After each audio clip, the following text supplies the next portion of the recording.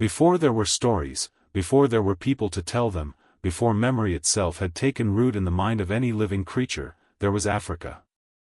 A continent ancient beyond imagination, older than the bones of mountains and the drifting paths of oceans. It was here, on this immense and restless landmass, that life began shaping the blueprint of what would one day become us. The air carried the breath of creation, thick with heat, moisture, and the promise of possibility, while the earth below hummed with the restless charge of evolving forms. Africa was not merely a stage for life, it was the very workshop where nature tested, refined, and perfected its boldest designs. In this deep-time world, silence was never truly silent. Volcanoes whispered beneath the crust, their molten voices preparing to speak in fire. Rivers carved their signatures across soft stone, rewriting the land with every flood and drought. Forests rose and collapsed like empires of green, while grasslands, wide and golden, stretched toward horizons that no eye had yet evolved to witness. Everything was in constant motion, everything becoming something else. Change was not an event here, it was a law, engraved into the DNA of every creature that dared to exist. Africa's ancient landscapes carried a strange poetry, one that predated the human mind but would eventually shape it. The red soils of the Rift Valley, rich with iron and memory, were still shifting under tectonic strain. The humid equatorial forests were alive with calls of insects and the first mammals whose footsteps would echo faintly into the future. Along the coastlines, waves crashed endlessly, rehearsing rhythms that would one day soothe or terrify early hominins gathered around fires. Even the wind seemed older, carrying particles of ash, pollen, and the stories of extinctions no living thing could yet understand.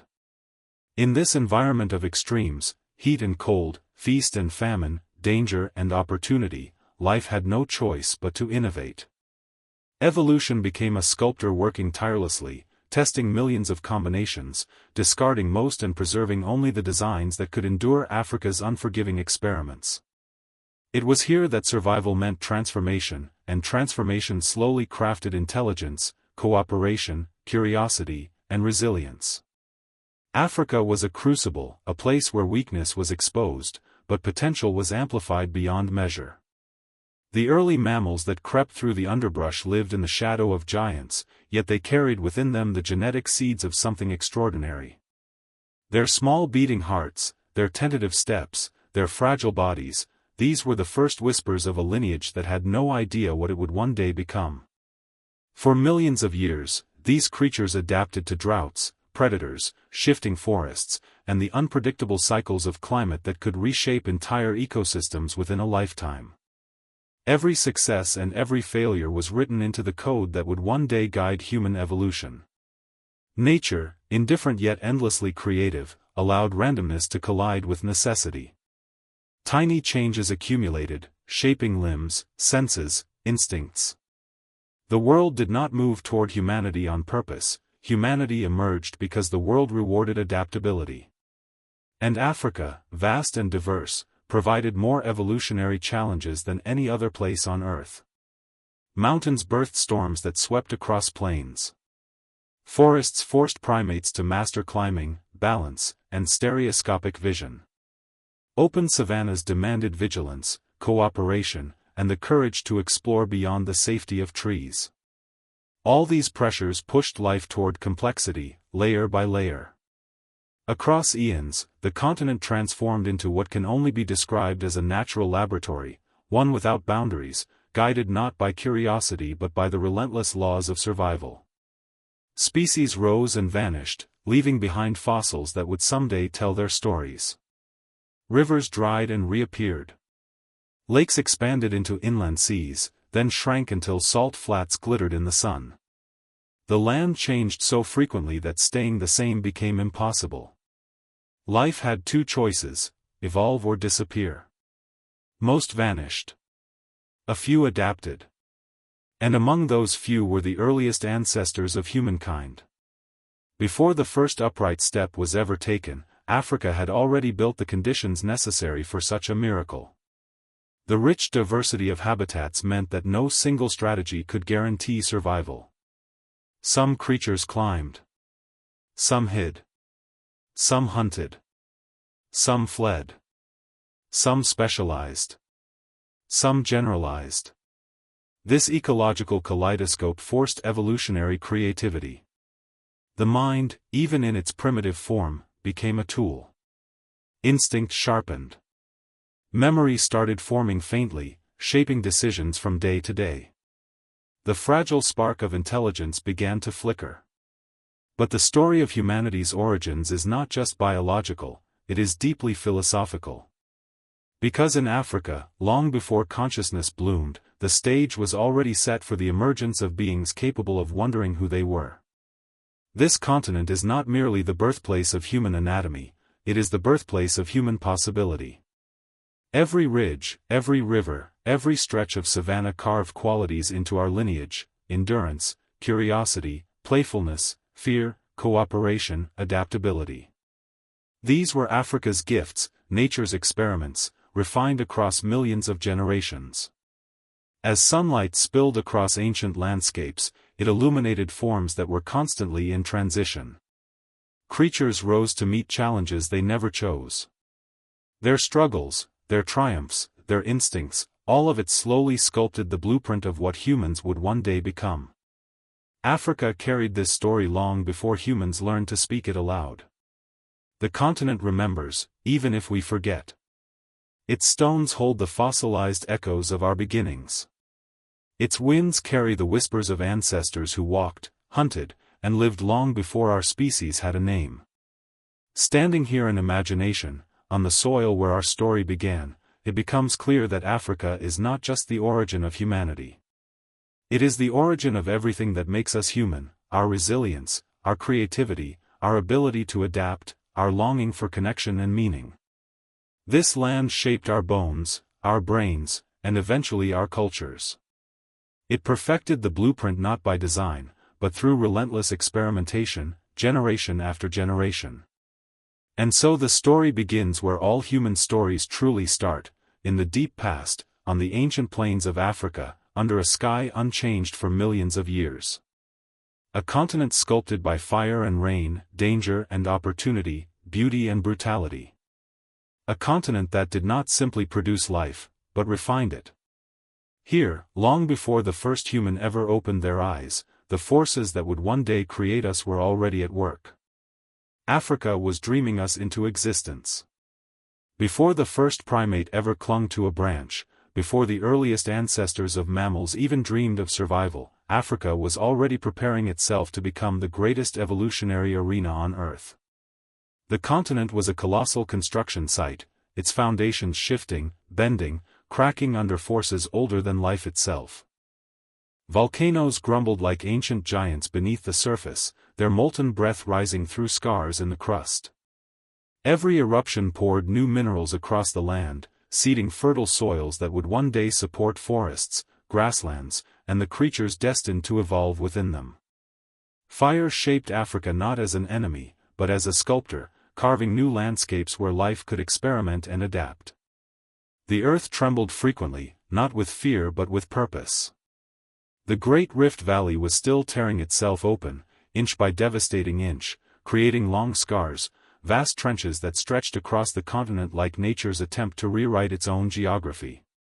These rifts formed lakes of staggering beauty and danger, deep basins that collected sediments, bones, and the stories of species yet unborn. Their waters shifted with the climate, swelling in humid ages and evaporating under scorching droughts, leaving behind cracked earth that would one day preserve fossils of early hominins. Even the ground beneath Africa was restless, constantly reminding every living creature that stability was a luxury evolution rarely offered. Storms rolled across the continent with a ferocity unmatched in other parts of the world. Thunderheads towered like mountains in the sky, their shadows stretching across savannas that seemed to go on forever. In one moment the land could be drowned by sheets of rain, in another it could dry into dust under the unforgiving sun. Lightning split the clouds, setting ancient forests ablaze and clearing paths that allowed new ecosystems to arise. These storms were not random, they were catalysts. Every flash, every drop, every gust played its role in shaping the terrain that would influence the bodies, behaviors, and fates of countless species. In the north, vast deserts shimmered with heat. But even the Sahara was not always the rolling sea of sand we know today. It shifted through cycles of greening and drying, swinging between lush savanna and arid wasteland.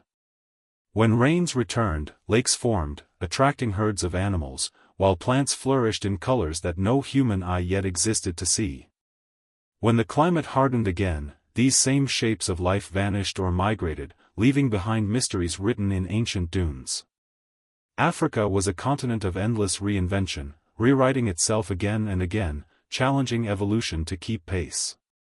Further south, volcanic highlands rose like shattered crowns above the plains below.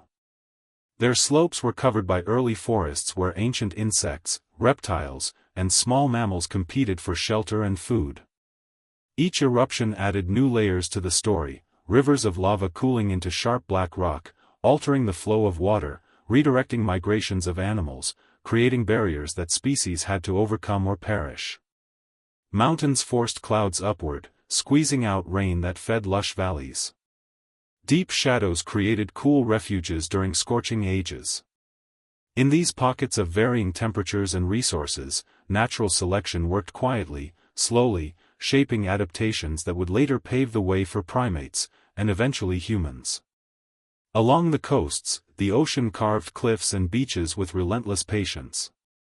Tides carried nutrients, sustaining early marine life that would feed countless others up the food chain. Mangrove swamps formed natural nurseries for fish and birds, while rocky shores provided habitats for creatures learning to navigate between land and sea. These transitions were not small, they were evolutionary crossroads. The coastline became a world of in-between spaces, where adaptability was rewarded and rigid strategies failed. It foreshadowed the flexibility that would later define human survival. And yet, despite its violence and unpredictability, Africa was astonishingly alive. Forests spread across equatorial regions in dense, humid waves, thick walls of green that pulsed with heat and movement. Here, the canopy was not merely a cover but a world unto itself, layered with branches, vines, and hidden pathways that future primates would master. These forests were laboratories of balance, light and shadow, predator and prey, abundance and scarcity. Every inch buzzed with competition and cooperation. Plants stretched for sunlight while creatures scrambled for advantage. This was where the earliest experiments in agility, depth perception, and social alertness would take shape. To the east, the savannas expanded as climate cycles opened up the once dominant forests. This new environment would eventually prove crucial for hominin evolution, but even in these early ages, the grasslands were intense arenas of survival. Herds thundered across the open plains, predators stalked from tall grasses, and the horizon stretched so wide that the sky itself seemed part of the terrain. Life here demanded awareness. It demanded endurance. It rewarded those who could see far, think faster, and move efficiently. Africa was quietly assembling the ingredients for a new kind of creature, a creature that would rely on strategy as much as instinct. Through all this, time passed in silent billions.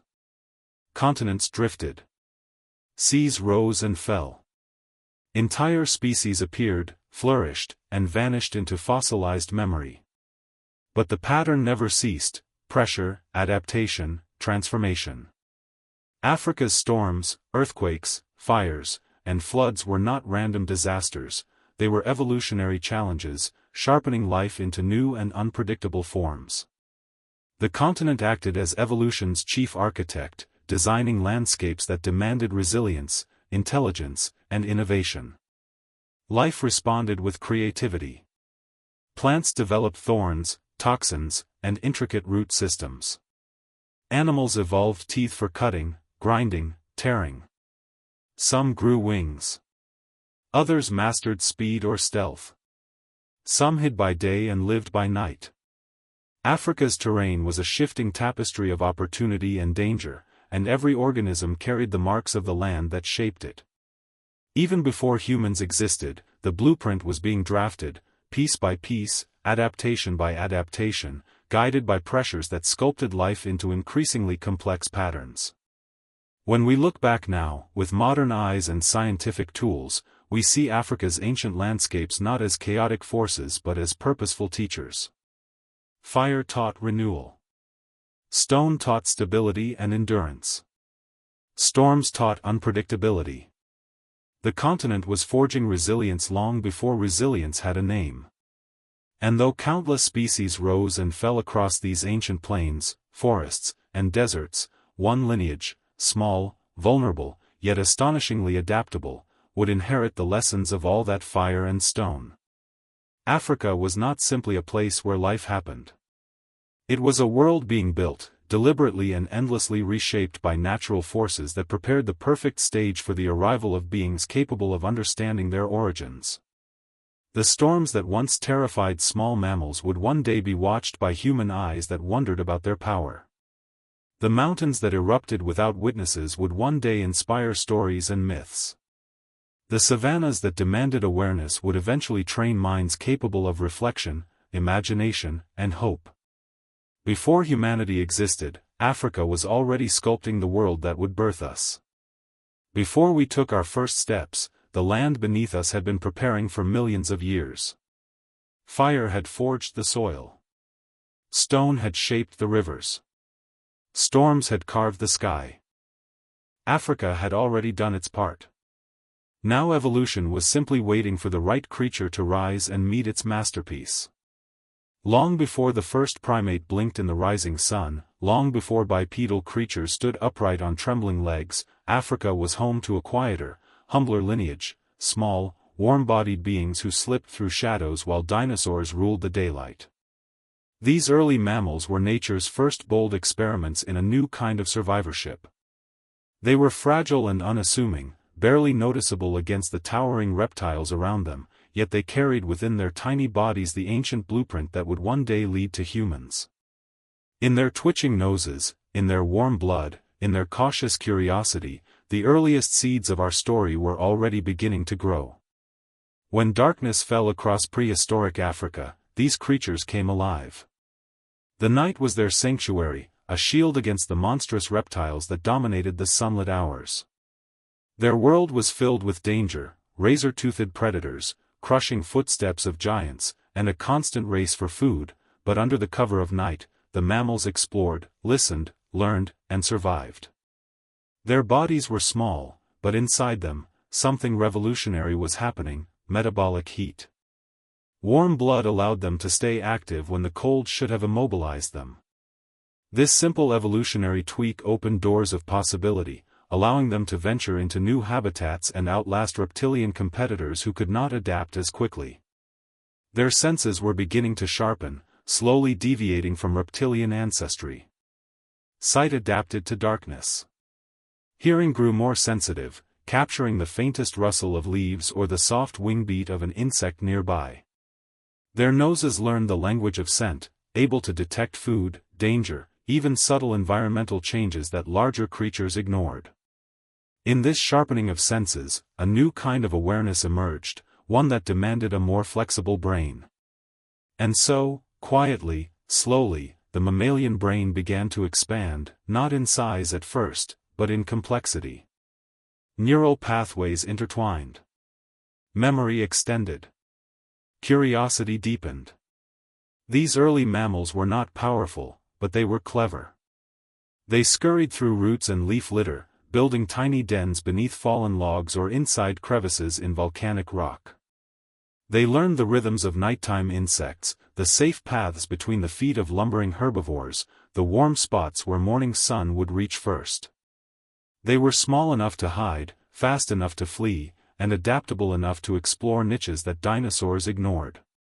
Evolution, watching silently through the millennia, rewarded these traits with survival. In their soft fur lay another quiet innovation: insulation. Fur protected them from cold and allowed them to maintain their internal temperature with greater precision. This single advantage opened new doors: foraging in cooler mornings, surviving harsh droughts, enduring unexpected shifts in climate. As Africa's landscapes continued to transform, forests rising and collapsing, rivers shifting course, deserts forming and disappearing, these flexible creatures found ways to thrive where others faltered. But perhaps the most profound experiment of all was the bond between mother and offspring. Unlike many reptiles that laid eggs and abandoned them to fate, early mammals invested deeply in their young. They nurtured them with milk, warmth, and protection. This maternal care increased survival dramatically but also created a new evolutionary pressure, the need for learning. As infants stayed longer with their mothers, their small brains had time to absorb patterns, behaviors, and social cues.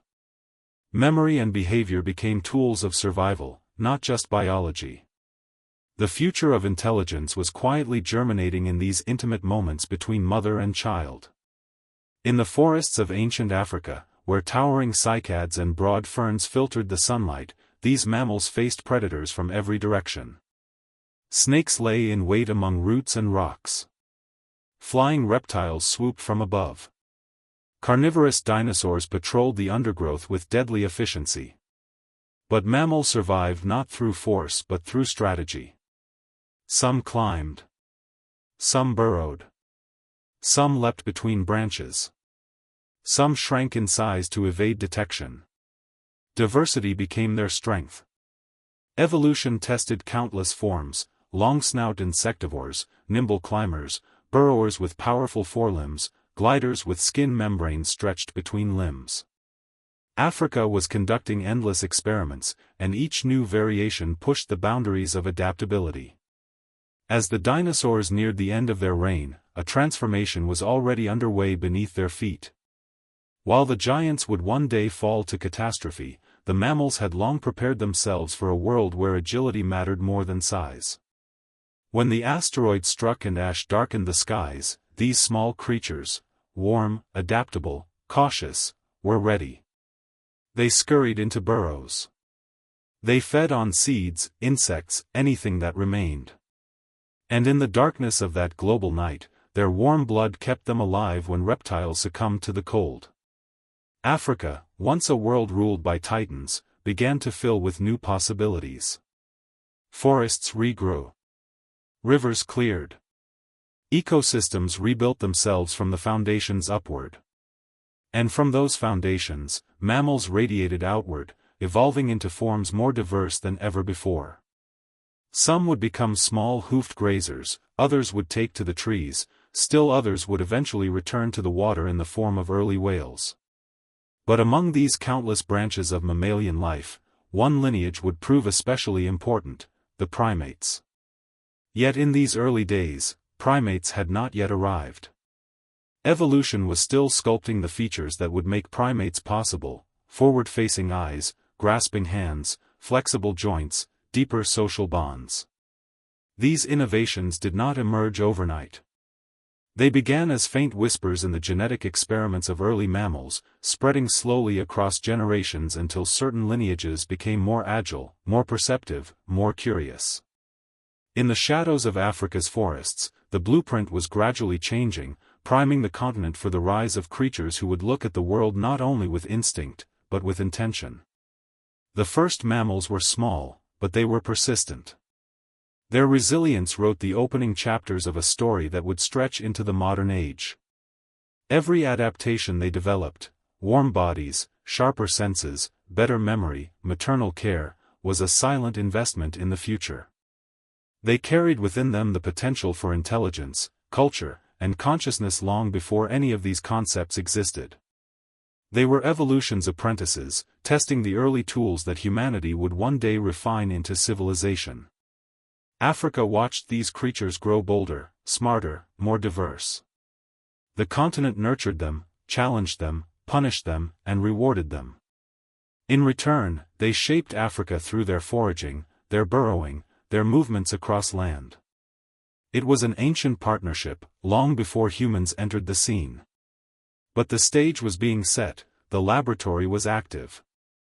The tiny mammals scurrying through the underbrush were preparing the ground, literally and figuratively, for a lineage that would someday stand tall and question the very meaning of existence. The giants would fall. The world would change. And in the quiet aftermath, Africa's early mammals, the overlooked survivors, would step forward into new ecological roles, their descendants ready for the next evolutionary experiment. They had no idea that their perseverance was guiding the slow shaping of a creature who would eventually unravel the secrets of time, evolution, and the universe itself.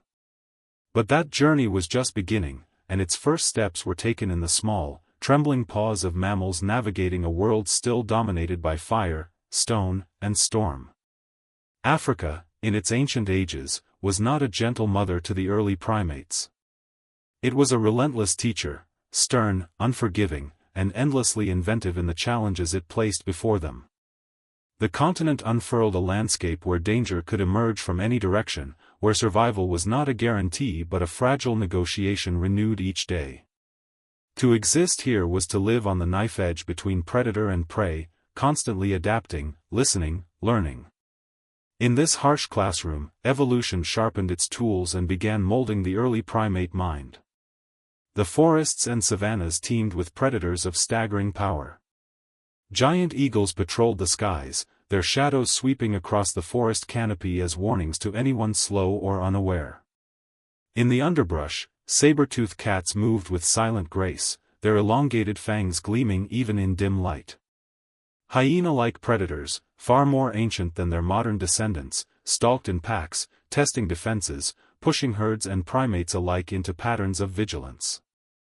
Even crocodiles lurked along riverbanks, their ancient eyes watching for a moment of weakness as animals came to drink. Everywhere, danger pulsed like a living force.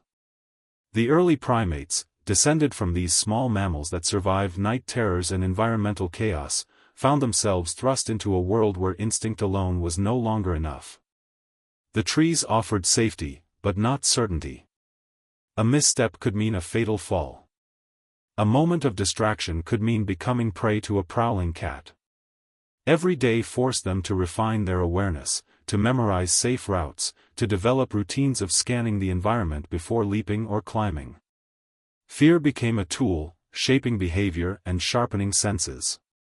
In the dappled light of the forest, troop living became a profound evolutionary advantage. Solitary creatures perished quickly, but groups survived.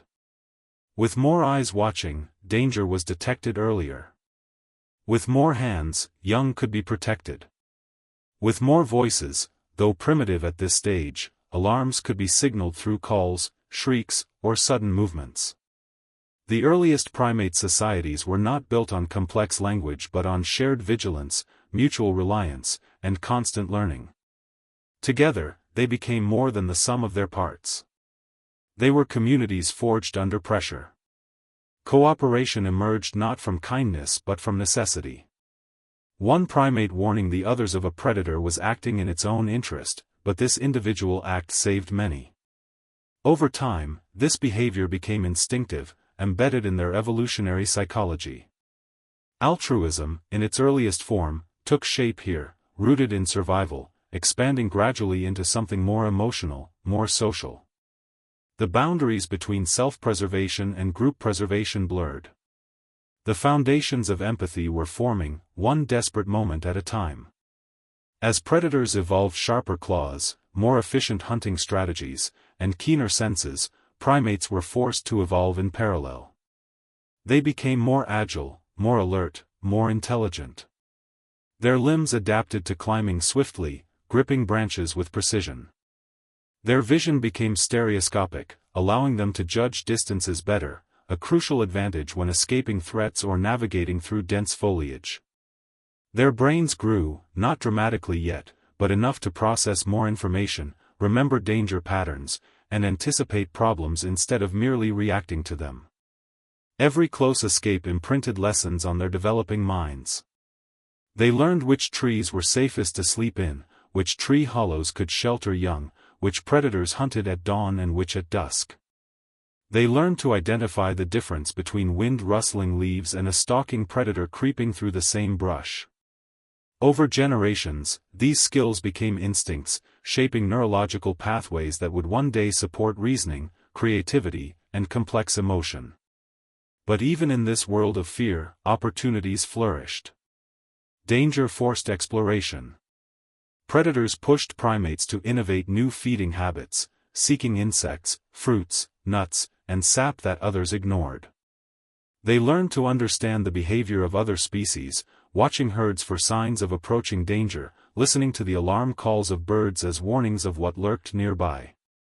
This interspecies awareness was a profound step toward higher intelligence, understanding not just one's own group, but the broader world as a network of signals and meanings. Africa's dense forests gradually began thinning in places, opening sunlight onto the ground and creating transitional habitats where trees grew farther apart. Here, early primates were forced to navigate gaps between branches, pushing them toward more daring leaps, more creative solutions, and eventually, tentative movements on the ground itself. On these dangerous forest floors, predators held every advantage. Any primate stepping onto the earth had to be quick, watchful, and coordinated with its group. The savanna edge environments became gauntlets where only the most adaptable could survive. This brutal ecosystem shaped not only bodies but minds. Imagination began here, not the storytelling kind, but the survival kind. The early ability to consider possibilities: if that shadow moves, run. If the troop grows silent, freeze. If a young member strays too far, gather together. This primitive, subconscious form of predictive thinking, anticipating danger before it struck, was an evolutionary spark that would eventually ignite into human foresight, planning, and creativity. Even play, something often dismissed as frivolous, carried evolutionary weight. Young primates chased, wrestled, and mock-fought with each other, rehearsing survival in safe, controlled forms. Through play, they learned the limits of their bodies, the rules of their hierarchy, and the subtle cues of social dynamics. It was training disguised as fun, evolution preparing them for the inevitable trials of adulthood. And crises were constant. Seasonal droughts tightened resources, forcing primates to venture farther or try new foods. Sudden storms could snap branches or flood the forest floor, altering daily routines and forcing rapid responses. Disease swept through communities, shaping immune systems and social behavior. Every hardship polished the evolutionary tools primates carried, pushing the lineage closer to traits humanity would later perfect: flexibility, cooperation, memory, and emotional depth. Africa's predators taught the primates something profound: to survive, one had to watch, to think, to adapt. Threats sculpted intelligence. Fear sharpened awareness. Social bonds reduced vulnerability. Slowly, a creature was emerging that could see the world not only as a chain of reactions but as a system of patterns. This shift, tiny at first, would become the cornerstone of human cognition. The harshness of Africa did not break the primates, it refined them. It turned fragility into resilience, panic into strategy, instinct into early understanding. In the endless tension between predator and prey, evolution found fertile ground for invention. Africa's forests echoed with the cries of creatures constantly tested, constantly evolving, constantly learning how to stay alive in a land that rewarded only the most adaptable. And somewhere in those shifting forests and savanna edges, the next step in the human blueprint was beginning to take shape. A lineage was rising that would carry forward not just strength or speed, but something far more powerful: the ability to think, to feel, to connect, and eventually, to transform the world that once threatened to destroy them.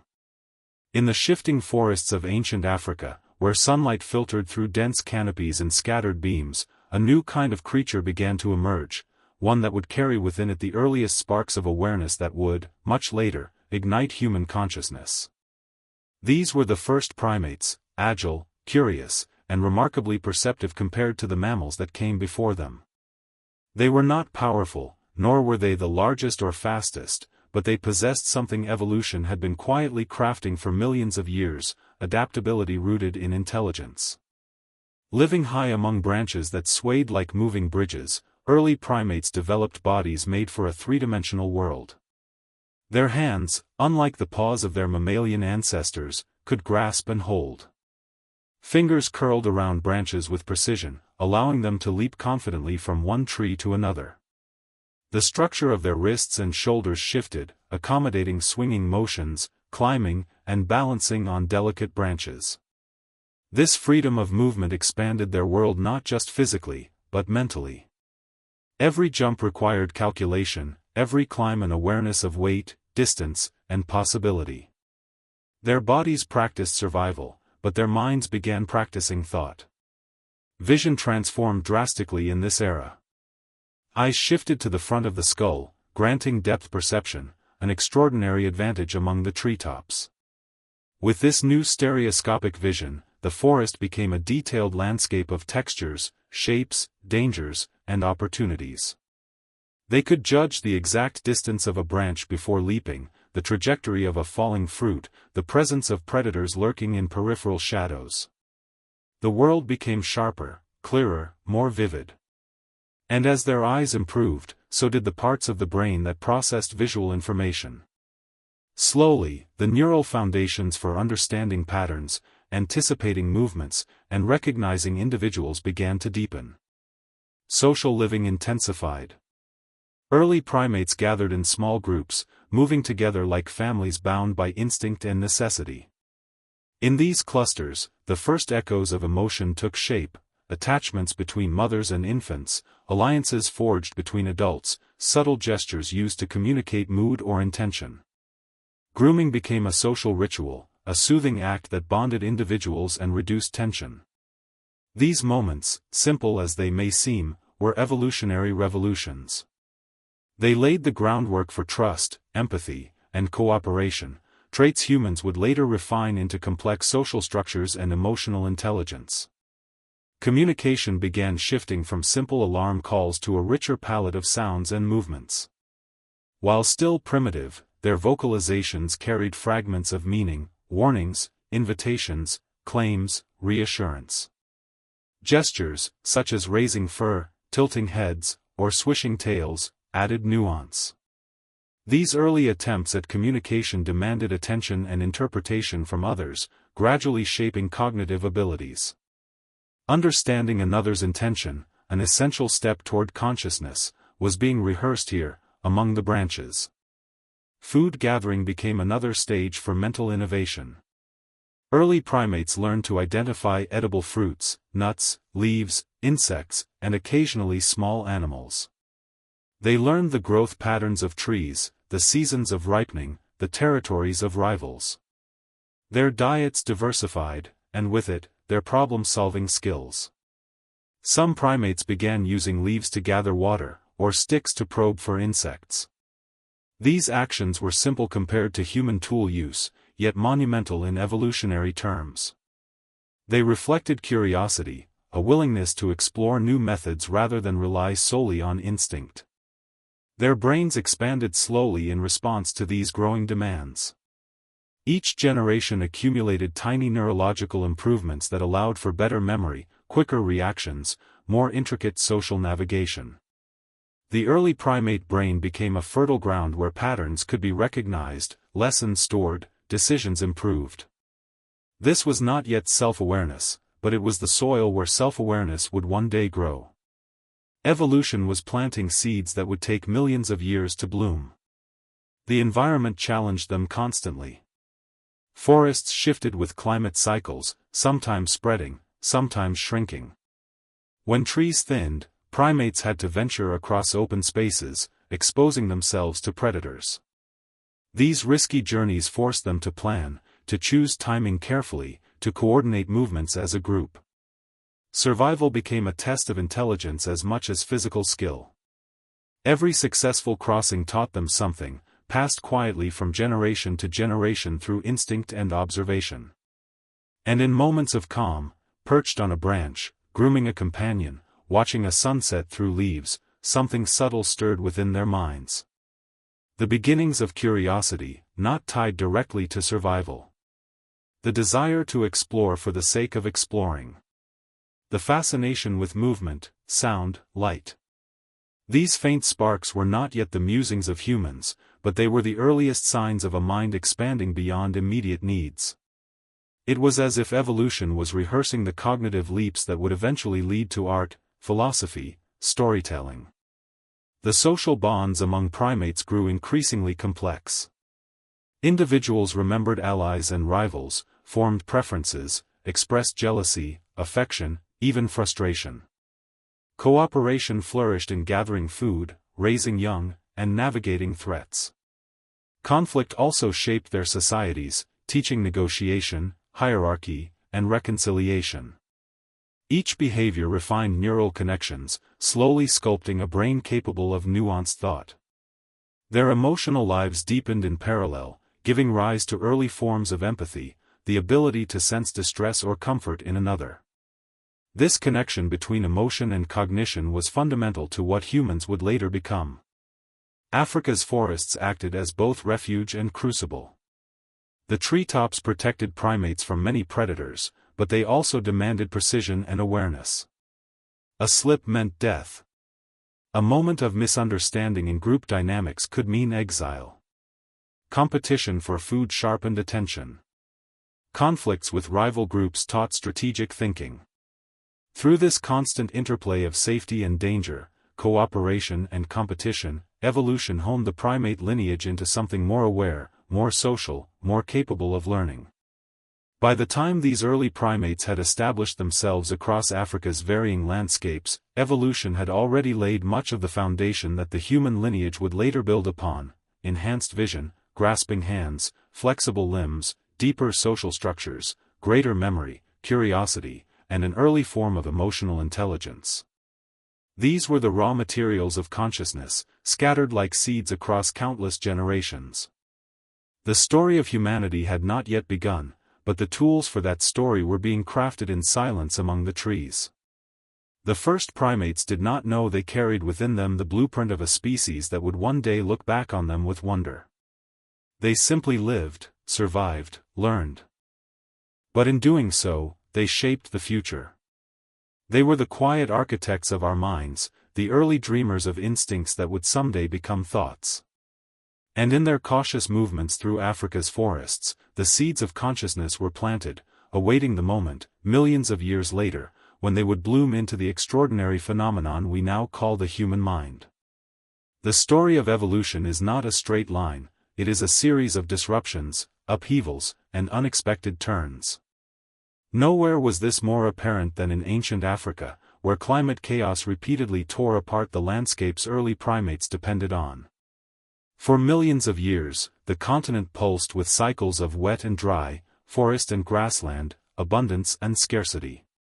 These weren't gentle transitions, they were transformations powerful enough to erase ecosystems and force entire species to rethink how they moved, ate, communicated, and survived.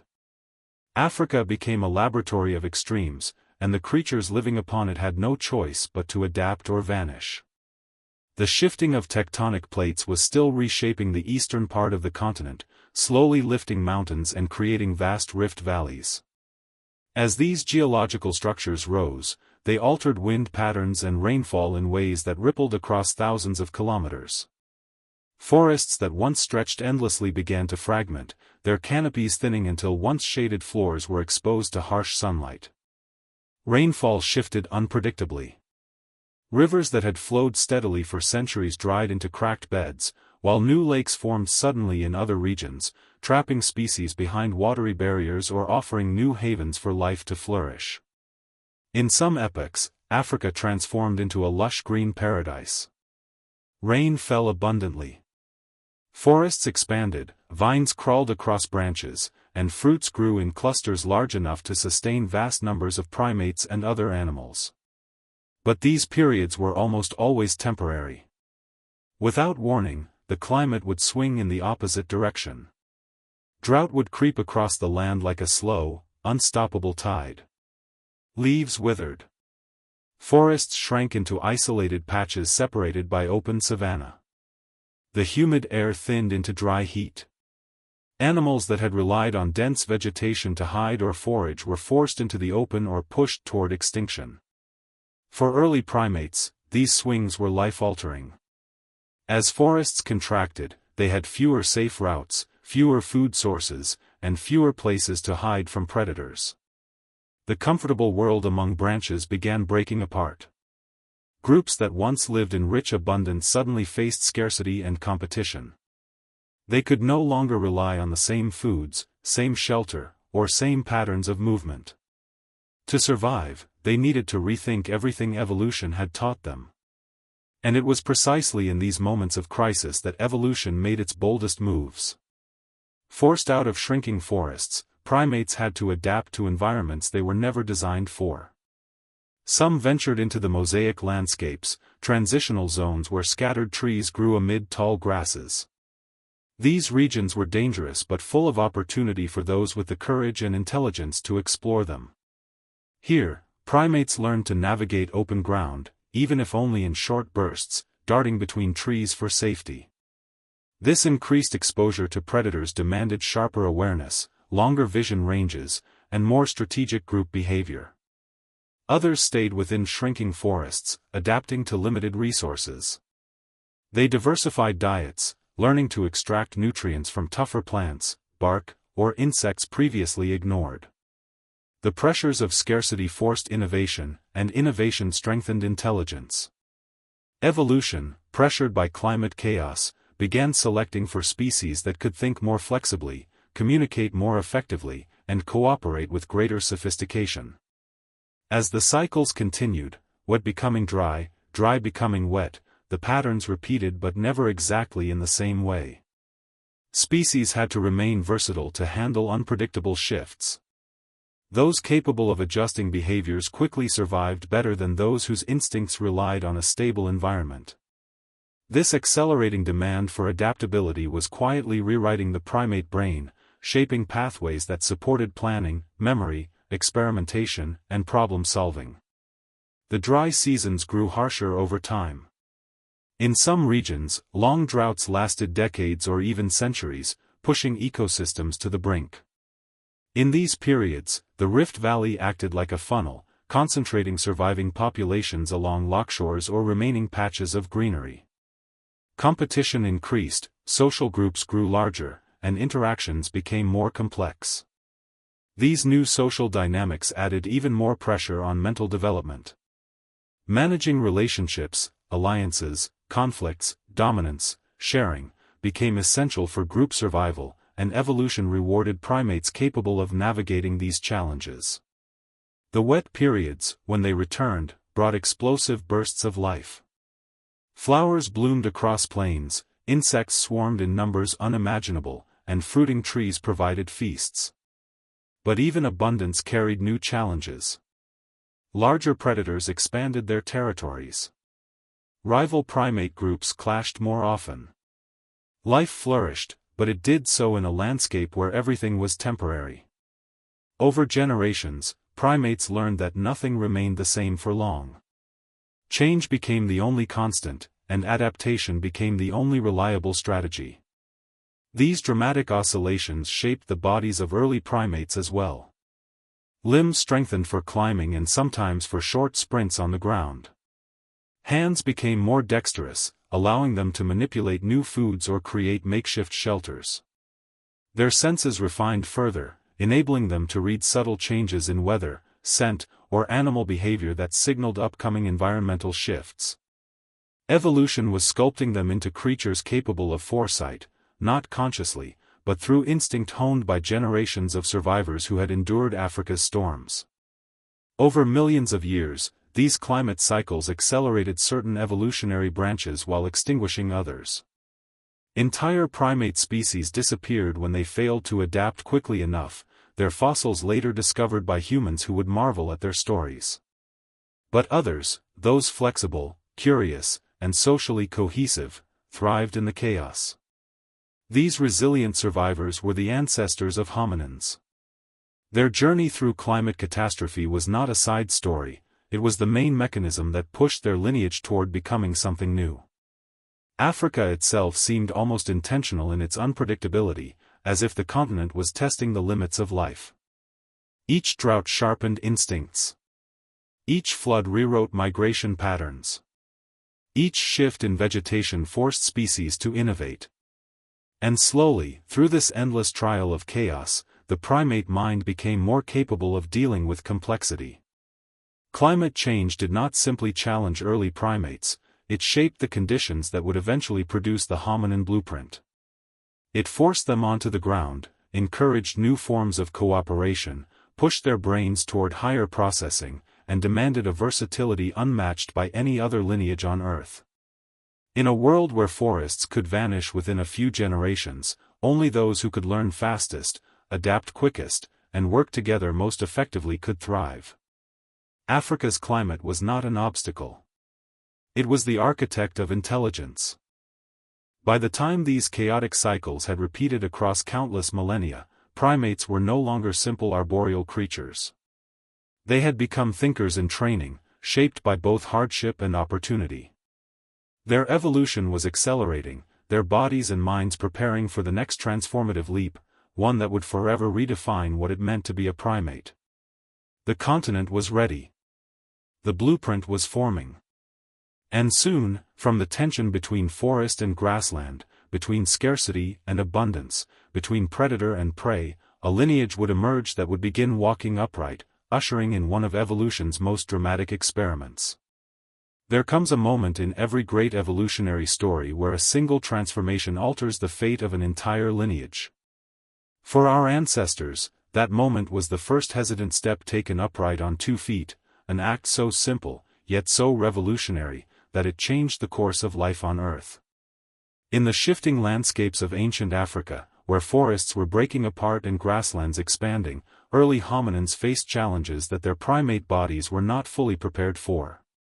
But evolution, shaped by necessity and opportunity, began to mold something new. The ground, once feared and avoided, became a place of possibility. And in this crucible of change, bipedalism was born. The earliest hominins did not rise suddenly.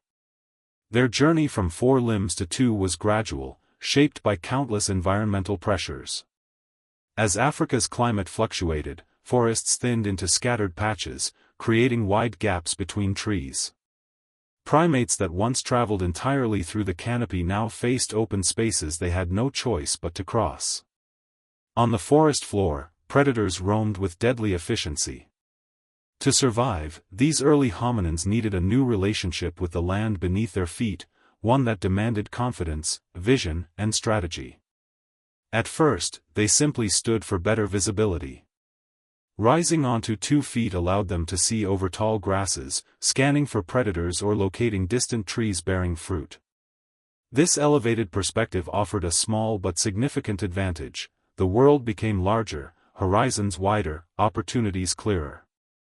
Standing upright also freed their hands to carry food or infants while moving between trees.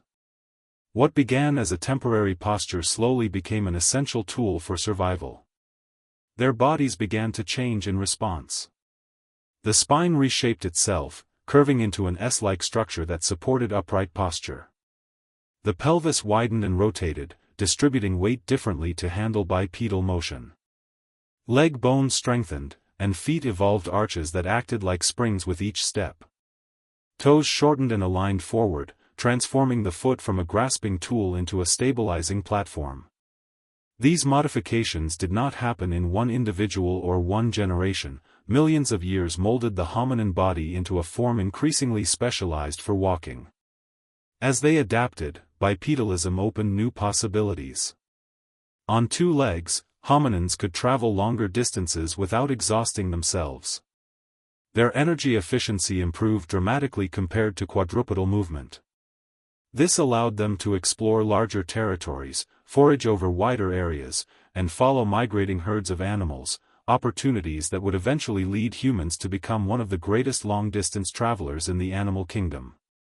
Walking upright also made it easier to locate water sources and escape drought-stricken regions, giving bipedal hominins a significant advantage during Africa's unpredictable climate swings. But the transformation was not only physical, it was psychological. When these early hominins began walking across open landscapes, they entered a world filled with new stimuli and dangers. The ground offered no refuge from predators, forcing them to rely on group cohesion, communication, and awareness more than ever. Their relationships deepened, their social structures strengthened. Moving together across savannas required coordination, shared decision-making, and alertness. This increased social pressure fed directly into brain evolution, subtly shaping the neural architecture that would one day ignite consciousness. Carrying became a profound advantage.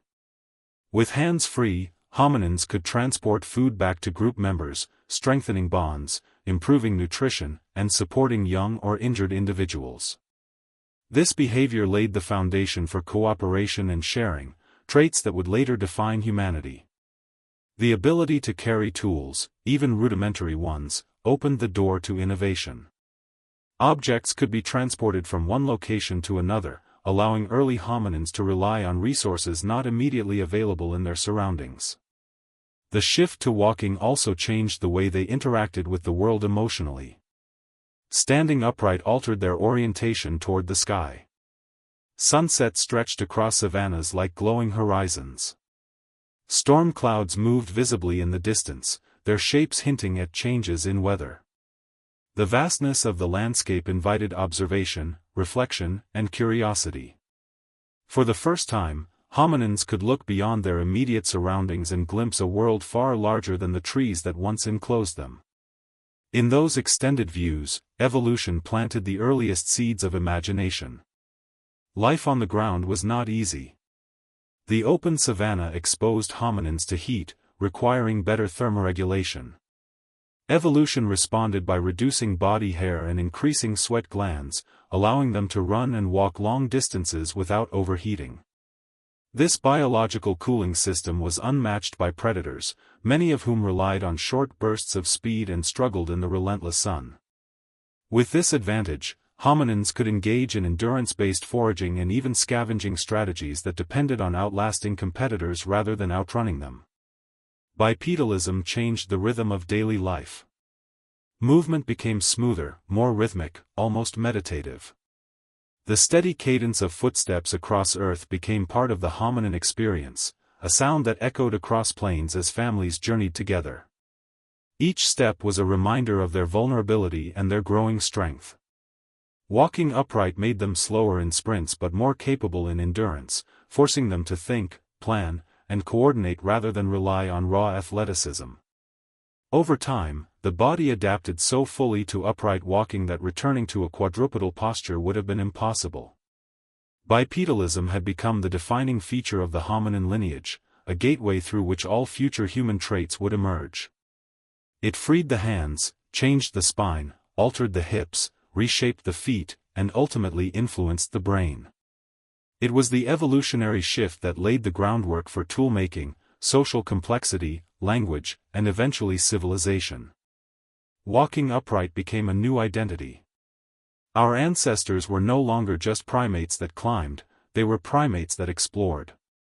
The ground became their new terrain, and the savanna their new challenge. Their bodies recorded every step in bone and muscle, while their minds grew in response to the demands of a world that required awareness, cooperation, and adaptability.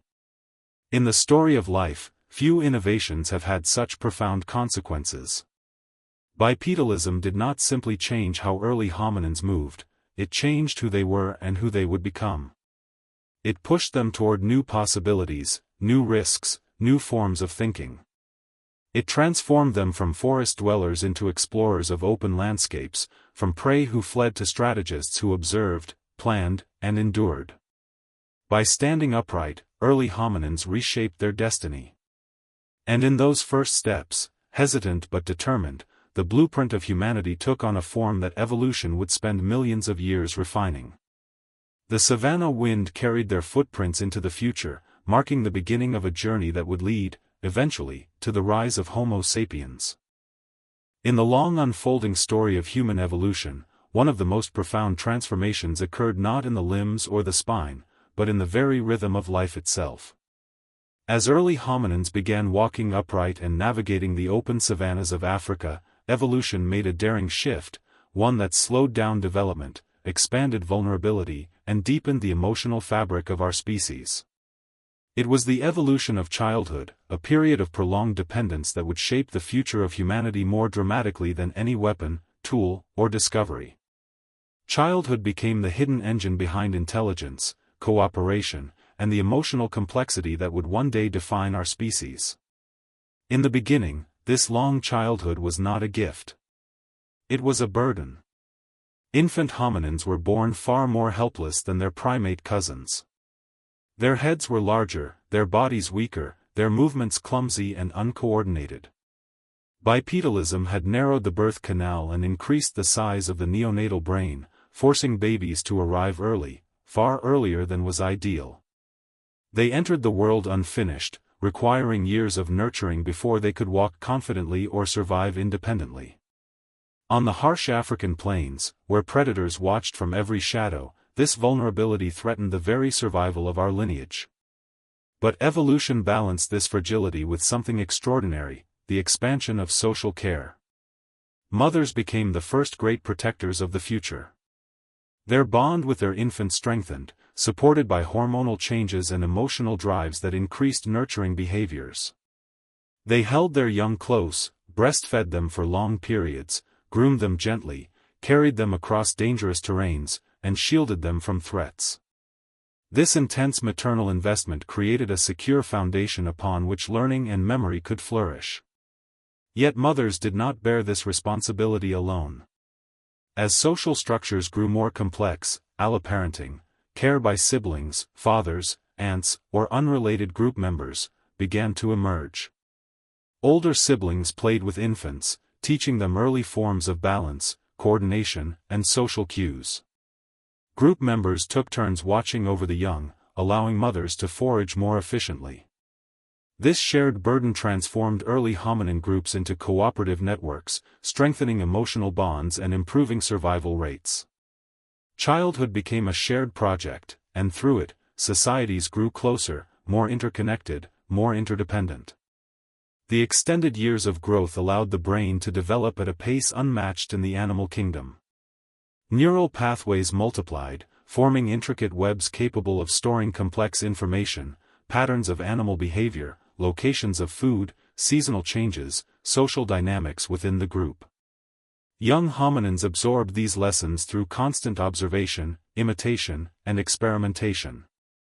Their minds remained open and flexible, hungry for stimulus, shaped by a world that demanded curiosity and cleverness rather than rigid instinct. Play became the great teacher of childhood. It was not merely entertainment, it was training for life. Young hominins chased each other across dusty savannas, learning speed and agility.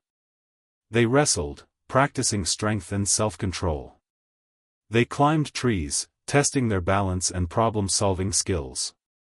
Even simple games, tugging on sticks, mimicking adult gestures, tossing objects, laid the foundation for creativity, tool use, and cooperation. Through play, they learned the rules of their world long before they understood them consciously. This prolonged childhood also nurtured the roots of emotion. Infants learned comfort from touch, security from closeness, joy from play, distress from social separation. These emotional experiences shaped their developing brains, encouraging responses that favored bonding, empathy, and communication. The early forms of compassion, comforting a distressed sibling, sharing food with a friend, seeking reassurance from adults, were nurtured during these fragile years. Evolution was laying the groundwork for moral intuition long before language or civilization existed. Slowly, the entire group began organizing itself around the needs of its young. Dangerous areas were avoided during certain seasons. Sleeping sites were chosen with infants in mind. Food sources rich in nutrients, fruits, roots, marrow, were prioritized for nursing mothers and growing children. Even migration patterns sometimes shifted to protect the youngest members. Childhood was reshaping behavior at every level of society, turning early hominins into deeply cooperative creatures. The emotional weight of losing an infant also shaped evolution. Groups that could not protect their young would not survive through harsh droughts or predator-filled seasons. Those who developed stronger bonds, better communication, and more effective cooperation preserved more offspring. Every loss became a lesson written into genetic memory: protect the vulnerable, nurture the young, stay together. Over time, this instinctive protection of children expanded into a broader concern for the weak, the injured, and the elderly, further enriching the social fabric of the lineage. Childhood, in all its fragility, became a powerful evolutionary gamble. Evolution traded early independence for longer development. It traded quick survival for deeper learning. It traded instinctive behaviors for flexible intelligence. This trade-off allowed hominins to acquire complex skills, coordinated hunting, tool-making, resource sharing, abstract thinking. Childhood created the space for creativity, and creativity would one day shape everything from fire to art to language. The savanna echoed with the sounds of this emerging humanity, the laughter-like calls of playing youngsters, the warning shouts of adults, the soothing murmurs of mothers calming infants. In these interactions, the human emotional spectrum began expanding, forming a bridge between biology and the cultural worlds that would emerge much later. The group's survival depended increasingly on maintaining social harmony, and children, with their ability to bring members together, became central figures in that harmony. By the time early hominins fully embraced their long childhood, they had become fundamentally different from other primates. Their young were not just passive learners, they were explorers of possibility, carriers of future innovation. Their minds were fresh pages upon which Africa wrote the rules of survival: cooperate, communicate, observe, adapt, imagine. The long road to humanity would still require millions of years, but the blueprint was becoming clearer. Through childhood, evolution had created minds capable of learning not just from instinct, but from culture. And in the arms of mothers, siblings, and community members, the fragile future of the species was protected long enough to grow strong. In the vast unfolding drama of human evolution, few transformations were as quietly revolutionary as the shaping of the human hand. Before language, before fire, before art and ritual, there were hands, flexible, precise, responsive instruments crafted over millions of years by Africa's demands and opportunities. In those early hominins who walked the savannas and climbed the last patches of forest, the hand ceased to be merely a tool for grasping branches. It became a gateway to innovation, shaping not just the physical world but eventually the very nature of human thought. The earliest primates had hands suited for life in the trees, long fingers for curling around branches, strong grips for climbing, and nails instead of claws for better tactile control. But as hominins were pushed increasingly toward mixed environments, savannas dotted with scattered trees, hands began taking on new responsibilities. Walking upright freed them from locomotion, no longer required to support body weight. The hands were liberated to explore, manipulate, and experiment. This freedom was an evolutionary turning point, allowing early hominins to interact with their surroundings in ways no creature had before. Their fingers shortened slightly, increasing control. The thumb, already a remarkable adaptation, grew more muscular and opposable, capable of touching the fingertips with greater pressure and precision. This simple anatomical adjustment opened a universe of new possibilities. A hand with a powerful opposable thumb could pick, peel, pinch, twist, and hold with intent. It could grip branches more securely, extract insects from bark, crack nuts, or gather edible plants with careful selection. These early gestures were not yet the work of a species that shaped civilizations, but they were the first signs of a creature learning to shape its world. In the African woodlands and savannas, hands became tools of survival. Hominins began picking up sticks, not just as toys but as extensions of their bodies. A stick could dig for roots, strip bark, or probe termite mounds. Stones, once just part of the landscape, became objects of curiosity. A hominin might bang a stone against another, noticing the sound it produced, the shards that broke away, the edge left behind. These observations sparked a kind of primitive experimentation, where cause and effect began to register in the expanding neural networks of the brain. The relationship between hands and brains deepened with every small discovery. Neurological structures adapted to process fine motor movements, strengthening the connection between action and perception. Each time a hominin held, turned, or examined an object, new pathways formed, linking touch to memory, sensation to imagination. The brain rewarded curiosity because curiosity increased survival.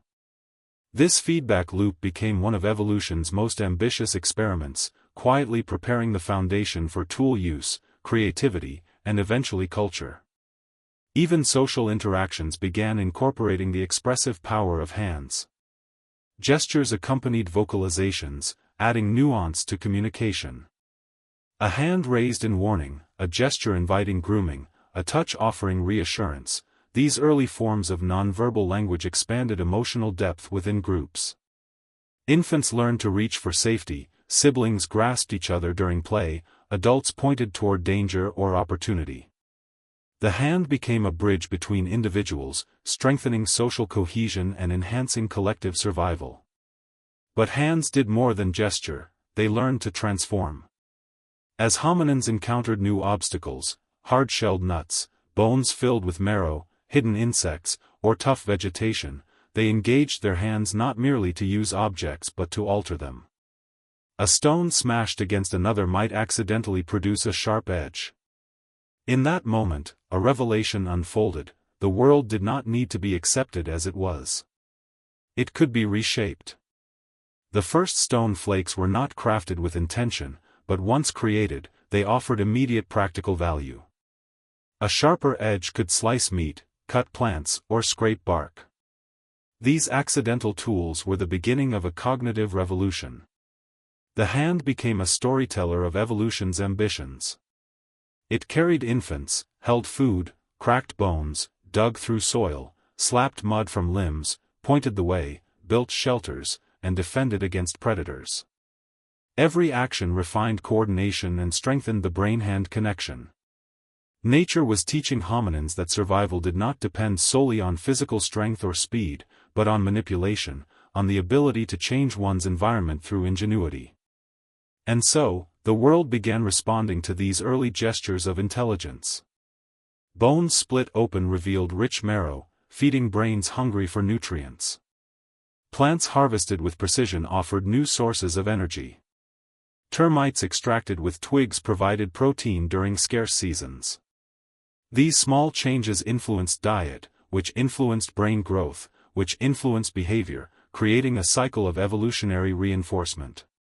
The hand fed the mind, and the mind began imagining new uses for the hand. As generations passed, the emotional significance of hands also grew.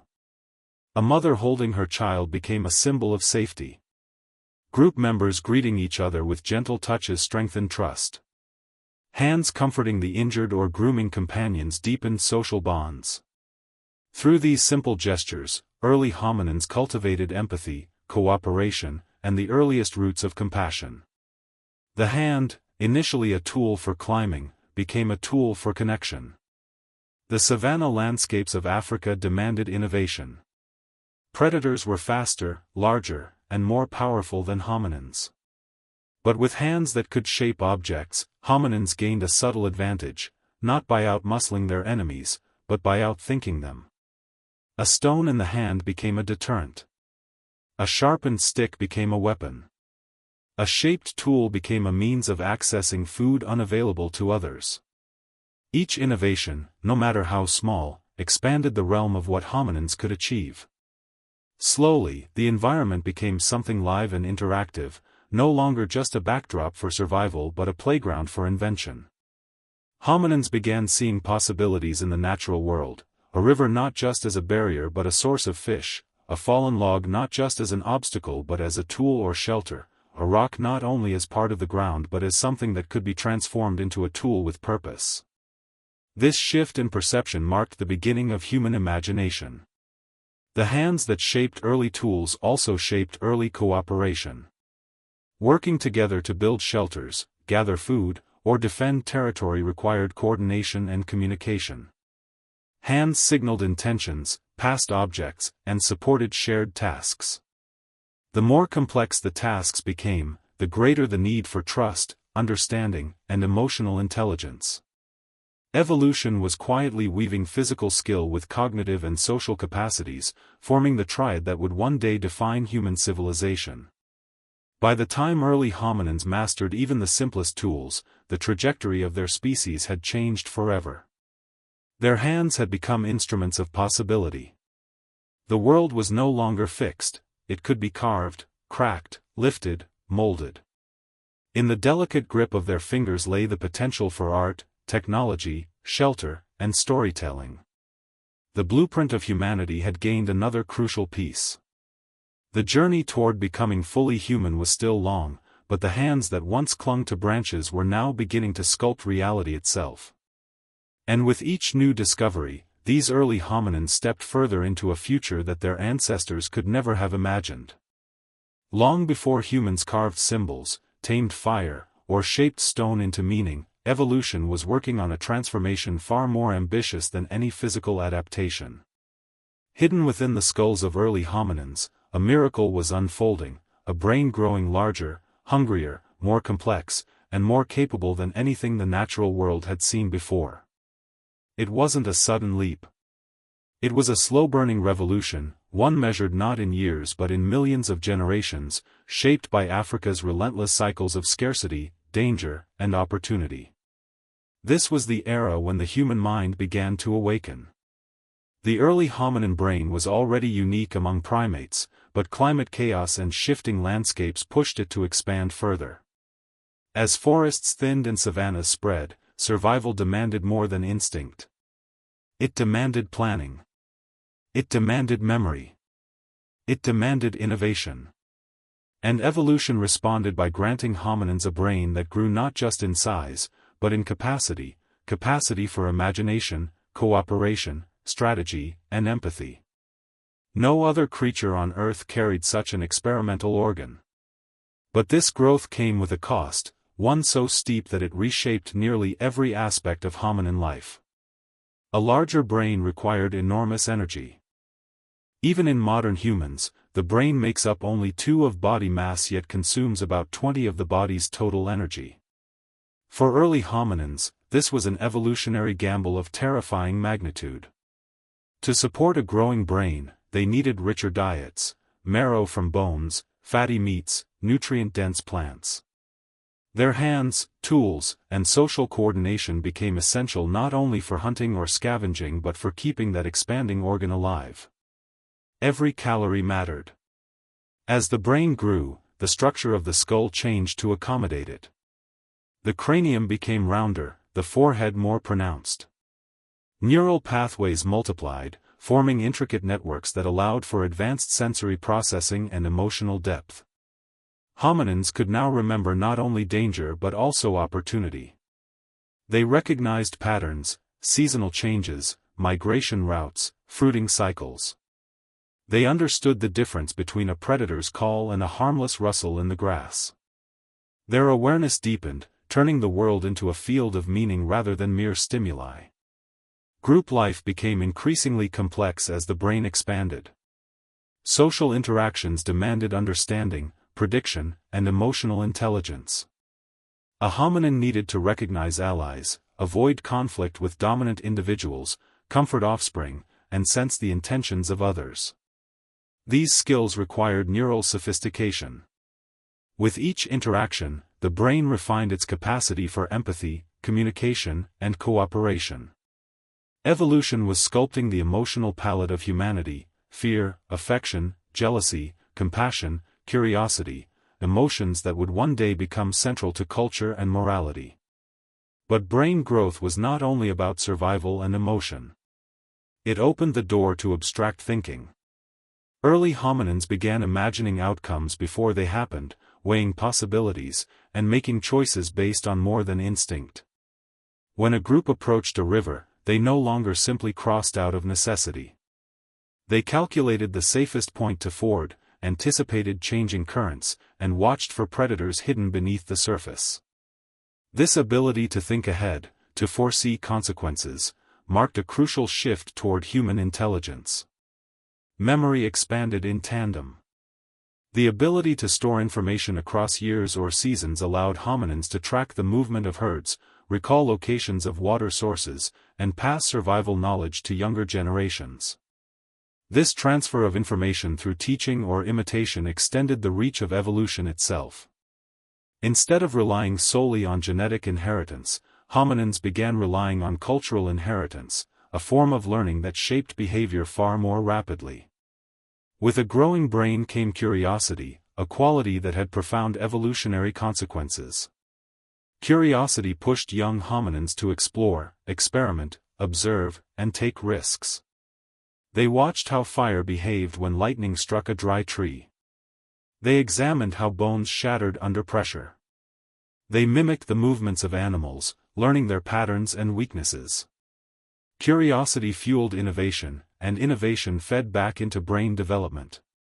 The mind was no longer just a tool for survival, it was an engine for possibility. As brain size increased, so did the need for social bonding. Strong emotional connections reduced stress, improved group stability, and supported cooperative childrearing. These emotional ties required complex neural processing, managing relationships, resolving conflicts, forming attachments. The brain adapted by expanding regions associated with memory, empathy, and emotional regulation. Hominins were developing minds capable of not only surviving but connecting deeply with others. Complexity grew quietly but steadily. The ability to coordinate hunting strategies required division of roles, some chased, others ambushed, others guarded young. Tool-making required teaching and shared understanding. Safe sleeping spots required group agreement. Leadership roles subtly emerged. These developments demanded processing power, which the brain provided by continually refining neural networks. As hominins encountered the challenges of Africa's unpredictable environments, their expanding brains allowed them to create mental maps of the landscape, knowledge that no other animal possessed. They learned shortcuts through brush, remembered paths around predator territories, and tracked distant thunderstorms by watching cloud formations. This internal navigation system was a remarkable adaptation. It allowed hominins to explore further than ever before, setting the stage for migrations that would eventually lead to global expansion. But perhaps the most extraordinary outcome of brain growth was the birth of imagination, the ability to envision what did not yet exist. Imagination allowed hominins to visualize a spear before crafting it, to picture a safe shelter before building it, to anticipate danger before encountering it. This capacity, fragile but transformative, was the seed from which language, art, and spirituality would one day bloom. Of course, the brain's growth also brought vulnerabilities. A larger head made childbirth more dangerous, forcing social groups to become more supportive of mothers. A more sensitive mind increased awareness of suffering, requiring emotional resilience. A more curious species took greater risks, some of which ended in tragedy. But evolution maintained the gamble because the benefits, the leap toward intelligence, far outweighed the costs. In time, early hominins became creatures defined not by claws, speed, or size, but by thought. Their brains became the core of their identity, shaping their behavior, relationships, and survival strategies. They were no longer reacting to the world, they were interpreting it. They were no longer bound by instinct, they were guided by insight. They were becoming something profoundly new. The brain that refused to stop growing transformed hominins from vulnerable primates into architects of their destiny. It shaped emotions, intelligence, creativity, and the earliest forms of culture. And though the journey toward modern humans was still far from complete, the path was now unmistakably set. Africa had forged an organ unlike any other in the animal kingdom. And through countless generations, that organ would lead hominins toward discoveries that would redefine the planet.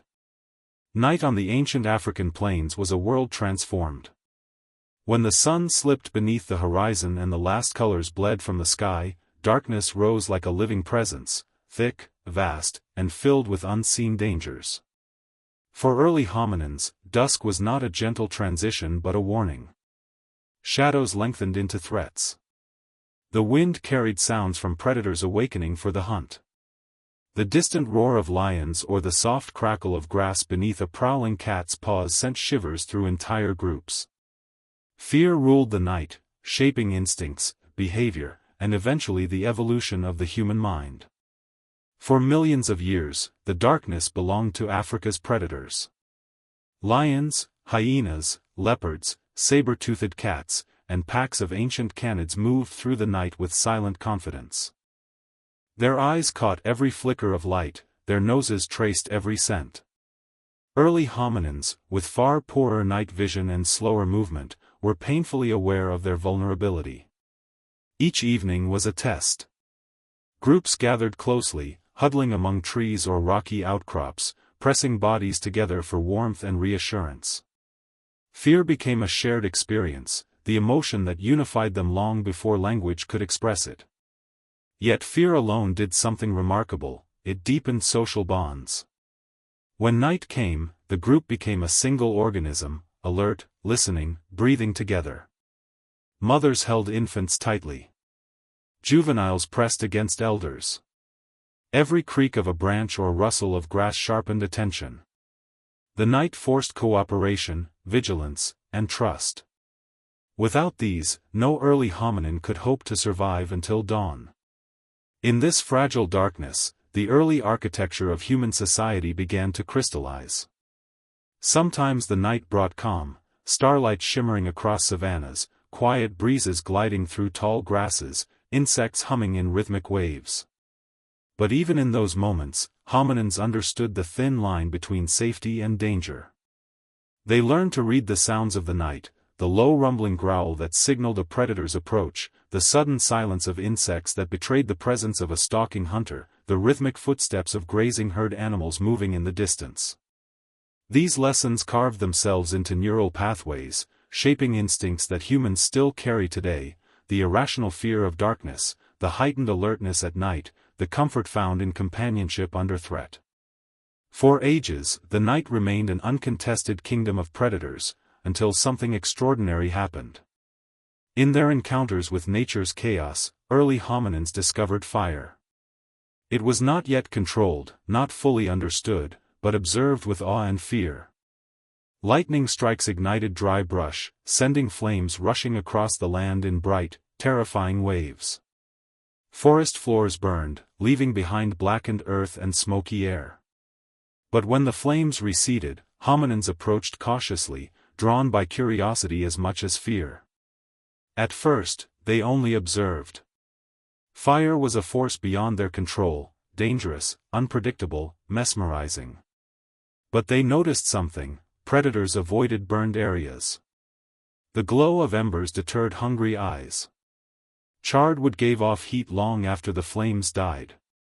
Eventually, early hominins began collecting smoldering branches from naturally ignited fires, dragging them toward their sleeping sites.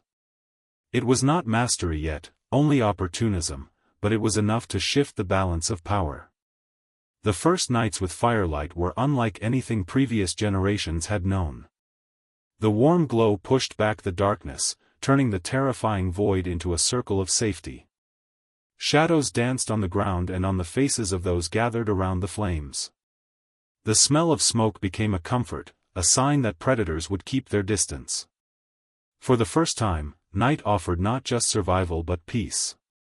Fire became more than a shield, it became a stage for new forms of connection. As hominins gathered around flames, they relaxed. Their fear loosened its grip. Hearts slowed. Breathing deepened. Conversation, still primitive and fragmented, grew more expressive. With danger pushed into the periphery, the mind opened. Curiosity awakened. The fire became a focal point for social bonding, grooming, sharing food, teaching the young, comforting the old. This warmth fostered emotional depth, patience, and the earliest forms of storytelling gestures. The flames illuminated faces in ways daylight never did. Expressions became clearer, more readable. Eyes shimmered with reflected light, deepening the sense of shared experience.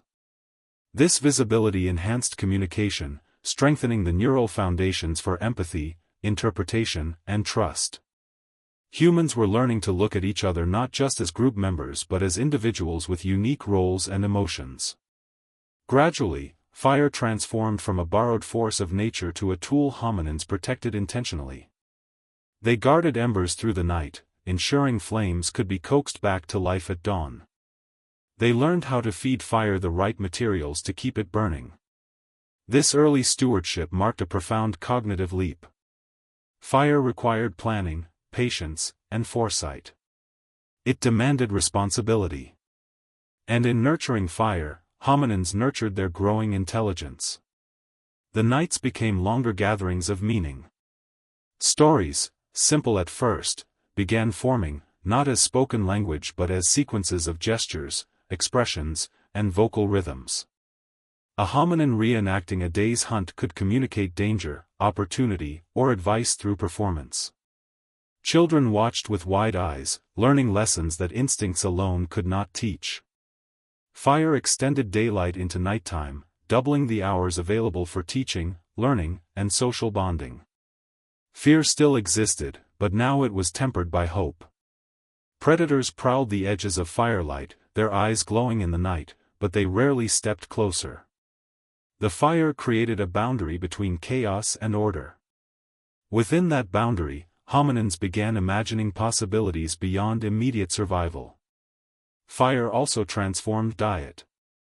As hominins experimented, some foods became easier to chew, safer to eat, and richer in calories when exposed to heat. Cooked meat and roots provided energy that fed the growing brain even more efficiently. This dietary shift reinforced neural expansion, creating yet another loop of evolutionary feedback. Fire fed the brain, and the brain learned to protect fire. Over time, fire became more than a tool. It became a symbol. A symbol of safety, community, transformation. A symbol of the boundary between humanity and the darkness of the unknown. In firelight, early hominins began seeing themselves differently, not merely as prey, but as beings capable of shaping their own fate. The night no longer belonged exclusively to predators. It belonged also to those who gathered around flames, who whispered in soft tones, who watched sparks rise into the dark sky and wondered at their beauty. These nights made hominins more reflective, more emotionally connected, more imaginative. In the glow of ancient fires, humanity began to recognize its own potential. And slowly, the nights that once filled early hominins with fear became the nights that shaped their souls. Hunger is one of evolution's oldest teachers, and for early hominins roaming the unpredictable landscapes of ancient Africa, it was a relentless instructor. The savannas stretched beyond the horizon, vast and unforgiving, offering moments of abundance followed by long stretches of scarcity. Streams dried, fruiting trees failed, herds migrated, and once reliable territories became barren without warning. In this world, survival depended not just on instinct, but on persistence, an unyielding drive to keep moving, keep searching, keep adapting.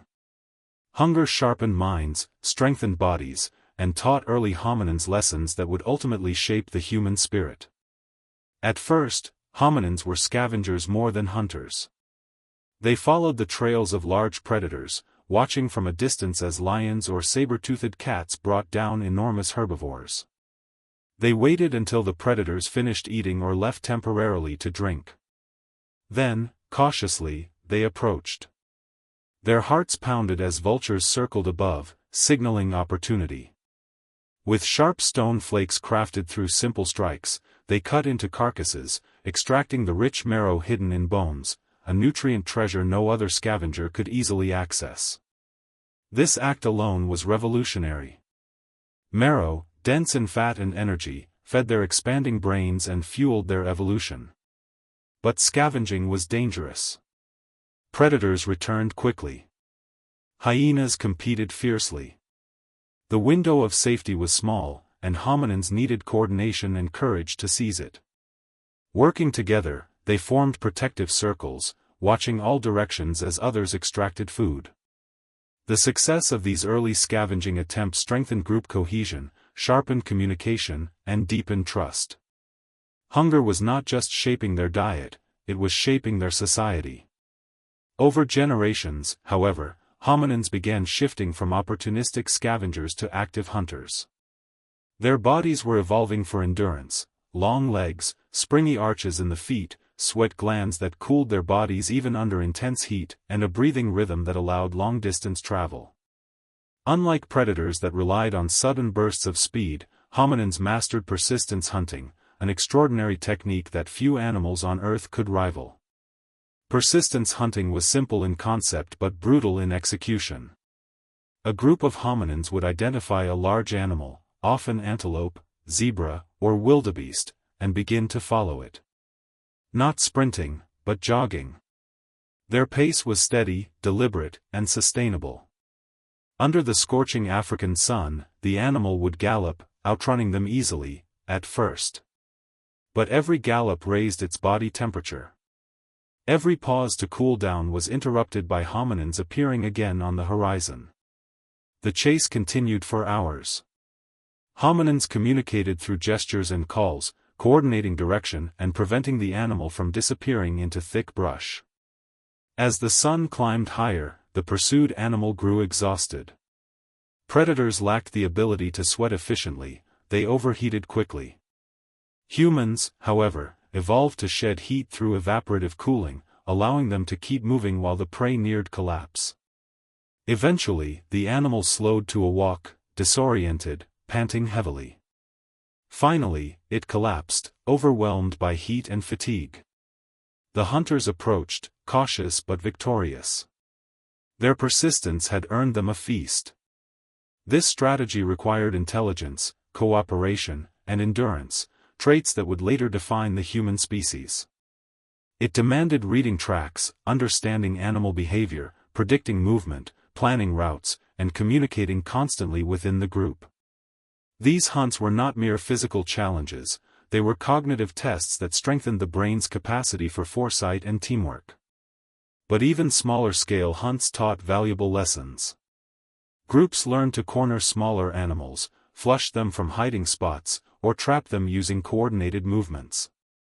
Children watched these hunts closely, learning through imitation long before they were strong enough to participate. The savanna became a classroom where hunger drove innovation. With meat became the possibility of cooking, a discovery that would come later, but whose foundations were already forming here. Raw animal flesh offered nutrients, but it was tough and sometimes dangerous. Early hominins learned which cuts were safe, which organs were nutritious, and which parts to avoid. Their knowledge of anatomy grew, feeding not only their bodies but their minds. As they butchered animals, they observed structure, pattern, and complexity, insights that would deepen as their tool-making skills advanced. Hunting also shaped emotional life. Success brought celebration, bonding, and shared pride. Failure meant hunger, frustration, and a renewed determination to try again. The unpredictability of the hunt taught resilience, a refusal to give up even when the world withheld its gifts.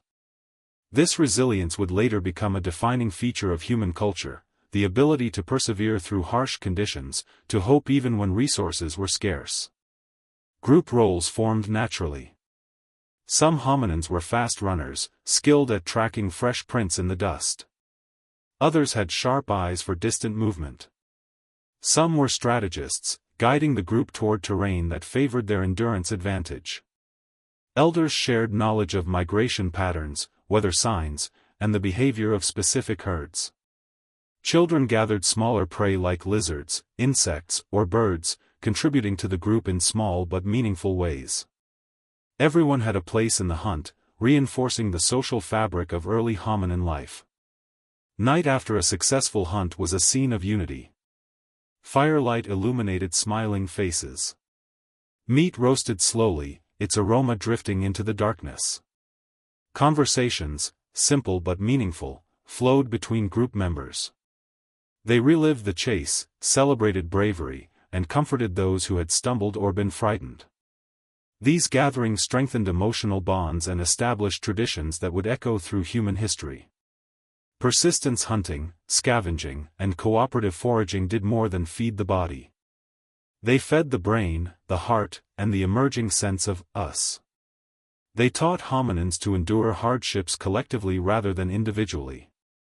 They encouraged specialization, communication, and long-term planning. Most importantly, they gave early humans the confidence that the world was not an unchangeable force, they could shape it through effort, coordination, and determination. Hunger forged humanity. It pushed early hominins to run farther, think deeper, cooperate more tightly, and innovate constantly.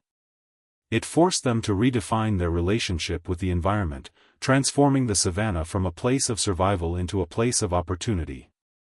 With every chase, every shared meal, every successful hunt, they stepped further into their emerging identity as a species capable not only of enduring the world, but influencing it. In the rhythm of the hunt, the heartbeat of humanity grew stronger. And in the long shadows of the savanna, where the sun beat down and the earth trembled beneath running feet, early hominins began shaping a destiny that would one day reach far beyond Africa's ancient plains. Long before humans built cities, carved symbols, or painted their dreams on cave walls, the earliest foundations of culture were already forming among ancient hominins. Culture did not begin with writing or ritual, it began with survival, with shared habits, with lessons carried from one generation to the next. It began in the African plains and forests, where early hominins discovered that knowledge, once learned, could outlive the individual who first experienced it. This passing of wisdom, from parent to child, from elder to youth, became the first fragile threads of something that would one day become our greatest strength, a collective memory. In those early days, knowledge was not spoken in words but performed through action. A young hominin watched an adult crack bones with a stone and learned where to strike. A mother showed her child how to peel edible roots or identify poisonous plants. Elders guided the group towards seasonal rivers, safe sleeping sites, or fruiting trees whose patterns they had memorized across decades. Every gesture, every movement, every shared glance was a lesson. Learning became the quiet heartbeat of their daily existence. Imitation was the earliest teacher. A child's eyes followed the movements of others with deep concentration, absorbing techniques for climbing, running, digging, and crafting simple tools. Mistakes were frequent, but each failure taught something new. Over time, these learned behaviors accumulated into a repertoire of survival strategies passed down through generations. This was culture in its purest, earliest form, shared practices shaped by time and refined by necessity. Groups carried their cultural identities with them as they migrated. One band might specialize in hunting particular animals, another might excel at finding hidden water sources, and another might develop unique ways of cracking nuts or extracting termites. These differences, subtle but meaningful, represented the diversity of early hominin life, small beginnings of what would one day become distinct human cultures across continents. Each group became the guardian of its own knowledge, shaped by the landscapes they called home. Cooperation deepened as cultural knowledge expanded. When a group discovered a new food source, they shared it.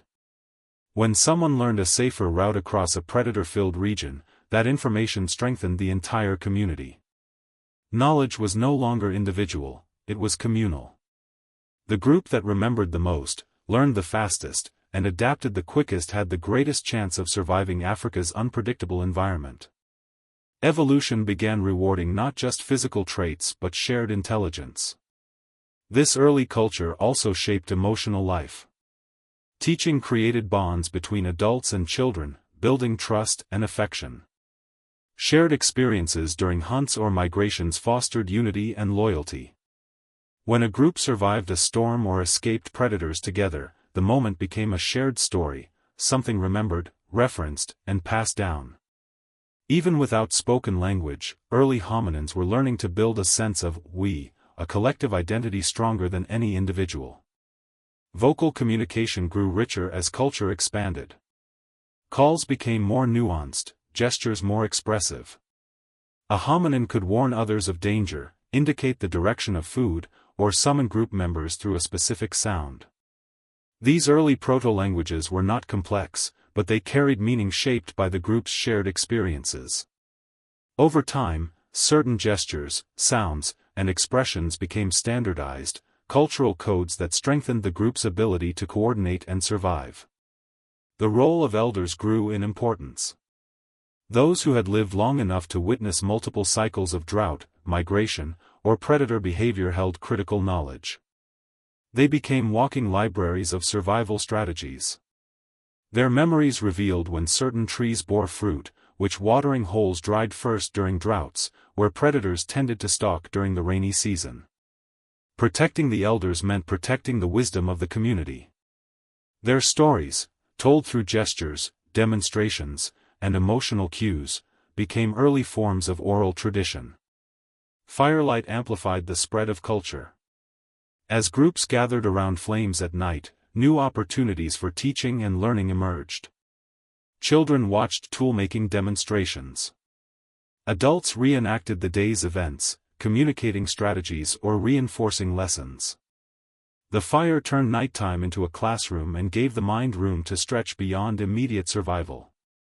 Within that warm glow, hominins began to reflect, imagine, and share experiences in a more intentional way. Culture also influenced morality in its earliest form. Groups learned which behaviors strengthened the community and which threatened it. Sharing food brought approval, selfishness brought conflict. Protecting the vulnerable earned trust, abandoning them weakened unity. Over time, these patterns solidified into unspoken rules, early moral guidelines shaped not by gods or ideology, but by survival. The hominin brain adapted to these social expectations, developing instincts for fairness, cooperation, and empathy. Tools became cultural signatures. The way a group shaped stones, selected materials, or used sticks signaled their identity. Over generations, these techniques improved, refined by trial and error. A simple tool-making method could pass through hundreds of generations, evolving into something more efficient. This continuity across time, this ability to build upon the knowledge of ancestors, was a uniquely human gift, forged in these early moments of prehistoric life. Through culture, early hominins stepped out of the slow pace of genetic evolution and entered a new realm, behavioral evolution. They no longer had to wait for nature to shape them, they could shape themselves through learning. A child did not need millions of years of mutation to learn how to use a tool, they needed only to observe an elder for a few minutes. This acceleration of knowledge transmission was one of the greatest evolutionary advantages ever developed. By this stage, humanity's blueprint was no longer written solely in flesh and bone. It was written in memory, in habit, in the transmission of ideas. Culture allowed early hominins to carry the past into the present, preparing the future.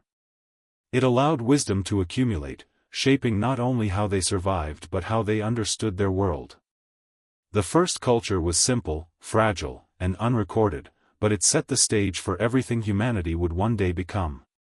Long before symbols were carved into stone or words were written onto surfaces that could last centuries, there was a quieter revolution happening within the minds of early hominins, a revolution that transformed the human lineage forever. It was the birth of language, not as a sudden miracle, but as a long, slow awakening. In the forests, on the plains, around fires that flickered against the dark African sky, a new form of communication began to emerge, one rooted in sound, gesture, emotion, and meaning. From this fragile beginning, humanity's greatest instrument would one day arise, the ability to tell stories. In the earliest stages, communication was simple. Alarm calls, directional gestures, and emotional cues conveyed immediate needs.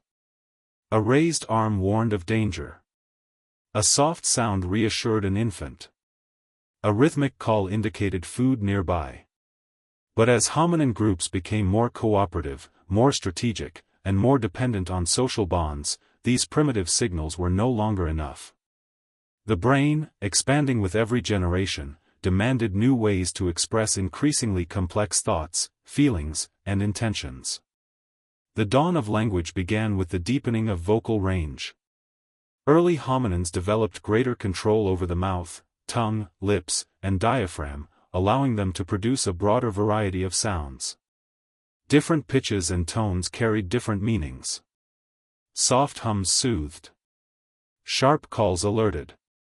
Rising intonations expressed curiosity, falling ones revealed disappointment or calm. Over time, these vocal variations formed the earliest seeds of structured communication. But language required more than sounds, it required intention. It required a mind capable of understanding not only its own needs but the perspectives of others. Children played a central role in pushing language forward. Their constant experimentation with sound, gesture, mimicry, and emotional expression created fertile ground for new forms of communication. Adults, responding to these attempts, reinforced useful signals and ignored meaningless ones. Through this trial and shaping, a primitive vocabulary began forming, dynamic, flexible, and shared within each group. Gestures remained crucial. Pointing toward water, mimicking the movement of an animal, reenacting a hunt, these gestures bridged the gap between sound and meaning. Body language complemented vocal communication, creating a richer, more layered form of expression. The integration of voice and gesture strengthened cognitive pathways associated with symbolism. Hominins were learning to connect sound with idea, movement with memory, and emotion with shared understanding. This shift was groundbreaking. Language is not merely about naming things, it is about connecting minds. As hominins became more verbal, their ability to coordinate complex tasks increased dramatically. Hunts became more strategic. Movements across the landscape became more organized. Sharing information about distant resources became possible. Elders passed knowledge with greater nuance. Group decisions became clearer, reducing conflict and strengthening cohesion. The emotional dimension of language also began to unfold. Sounds communicated comfort, affection, anger, fear, or excitement. These emotional cues accelerated social bonding. Mothers used vocal patterns to soothe infants. Friends used soft tones to reconcile after conflict. Group members coordinated through rhythmic chants or synchronized calls, reinforcing unity during hunts or migrations. Through language, the emotional worlds of individuals became shared experiences. Around the fire, something extraordinary began to happen. As flames danced and shadows flickered across faces, early hominins reenacted the events of the day, not just to inform, but to relive, to teach, to connect. These reenactments were the seeds of storytelling. At first they were simple, physical demonstrations, a gesture showing where a predator approached, a mimicry of an animal's movement, a portrayal of how someone escaped danger. But soon, sounds followed these gestures. Specific calls became associated with specific moments. Rhythm and pattern formed. Emotion infused meaning. Storytelling was born not in words, but in shared memory. It was a collective act, one that deepened bonds, preserved knowledge, and allowed imagination to stretch beyond physical experience. Even without a complete language, early stories shaped the minds of those who listened. They taught lessons, warned of dangers, celebrated successes, and inspired curiosity. The emergence of symbolic thinking marked another monumental step. Early hominins began associating sounds with ideas not immediately present. A vocal signal for lion could be used even when no lion was visible. A gesture for water could refer to a location miles away. This ability to reference the absent expanded cognitive horizons dramatically. The mind could now think in abstractions. It could remember the past, anticipate the future, and imagine possibilities that had not yet occurred. The brain responded by developing specialized regions for processing language. Neural pathways strengthened between areas responsible for sound, memory, emotion, and motor control. This symphony of neural cooperation allowed for more complex communication and, eventually, the foundation of syntax, the structuring of sounds into patterns that carried layered meaning. The dawn of language also transformed social life. Groups grew more stable because misunderstandings decreased. Conflicts could be resolved through vocal negotiation rather than violence. Alliances became more nuanced. Teaching became more effective as gestures and sounds combined into sophisticated lessons. Even play among children became more intricate, shaping cognitive development and preparing young minds for the demands of adulthood. But perhaps the most profound impact of early language was its ability to preserve knowledge across generations with increasing accuracy. Instead of relying solely on imitation, groups could now transfer detailed information verbally. Routes, dangers, seasonal cycles, tool-making techniques, and social rules could be passed down with precision. Culture became stronger, richer, and more adaptable. The collective memory of the group expanded beyond the lifespan of any individual. This was the beginning of continuity, of history. Language also fed imagination, allowing hominins to ponder mysteries that lay beyond survival. They began questioning the movements of the stars, the behavior of animals, the meaning of death. They wondered why storms came, why fire burned, why some individuals were born strong and others weak. These questions were not yet answered, but asking them was enough. The door to spirituality, philosophy, and creativity was beginning to open. The early roots of storytelling, strengthened by emerging language, became a cornerstone of identity. Around the fire, under the dome of the ancient African night sky, hominins shared dreams, fears, and visions of what might come. Each story brought the group closer, weaving them into something larger than themselves, a community bound by memory and imagination. Language was not merely a tool for communication. It was the instrument through which early hominins became human. It allowed minds to meet in ways no other species had achieved. It allowed emotion to travel from one heart to another. It allowed knowledge to leap across generations. It allowed stories, our oldest inheritance, to take root. From these early murmurings, grunts, rhythms, and gestures, the greatest transformation in the human journey had begun. The dawn of language lit a new fire within the mind, one that would burn brighter with each passing millennium. The story of Homo sapiens does not begin with triumph. It begins with many branches, many experiments, in the vast African laboratory of evolution. For millions of years, the continent hosted an entire cast of hominin species, each shaped by its own challenges, each carrying different versions of the human blueprint. Some were tall, some small, some robust, some delicate. Some crafted tools with remarkable precision, others mastered survival through endurance or intelligence. For much of prehistory, there was no single human. There were many. And from this diversity, through time, competition, cooperation, and chance, one lineage would eventually rise to become the most adaptable species the world had ever known, Homo sapiens. The emergence of our species did not happen overnight. It was the slow result of evolutionary pressures, climate shifts, social complexity, changing environments, that rewarded flexibility of behavior above all else.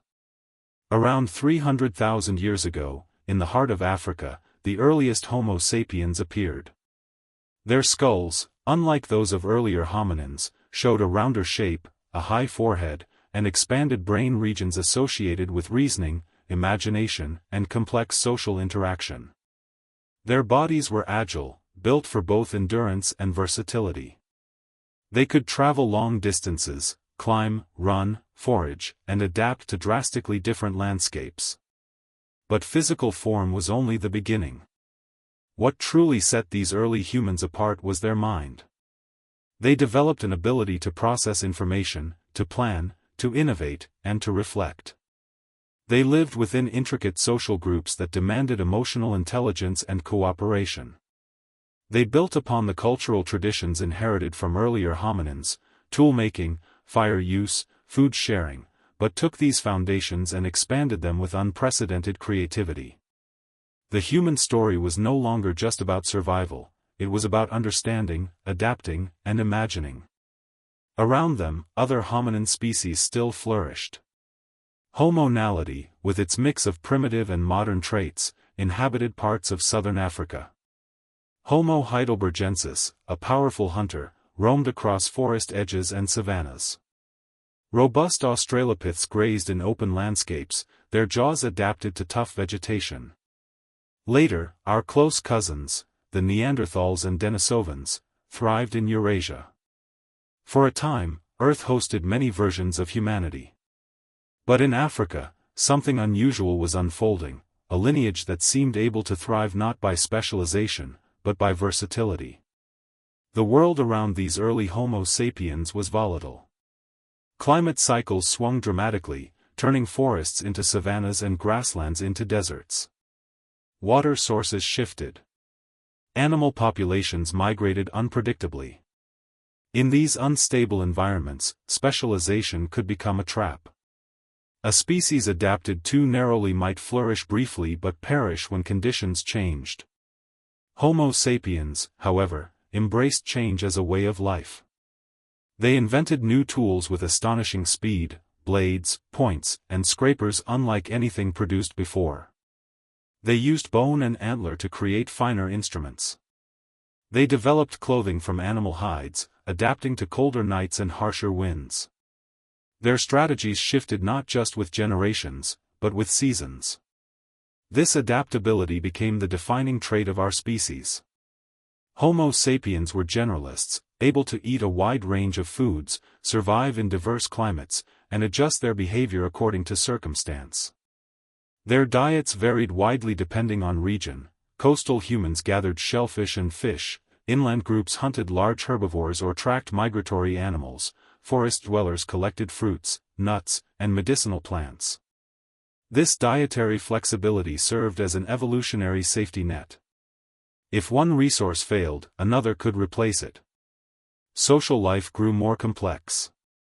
Groups expanded in size, creating networks that required structure, cooperation, and shared responsibilities. Early humans formed alliances between families, establishing patterns of trade, exchange, and mutual support. They developed rituals, some simple, some symbolic, that reinforced unity. They mourned their dead with care, hinting at an emerging sense of identity and spirituality. Their relationships became the backbone of their resilience. Homo sapiens also demonstrated a remarkable capacity for innovation. Tools were no longer merely functional, they were optimized, refined, and diversified. Spears were shaped for precision. Scrapers were crafted for preparing hides. Bow drills sparked fire more efficiently. Over time, humans created carved objects, beads, pigments, and even musical instruments. Art was not yet fully formed, but the roots of creativity were spreading through the species, shaping minds that could dream beyond the daily struggle for survival. Yet their success did not guarantee peace. The African landscape remained a competitive arena. Other hominins shared territories, competed for resources, and occasionally encountered Homo sapiens.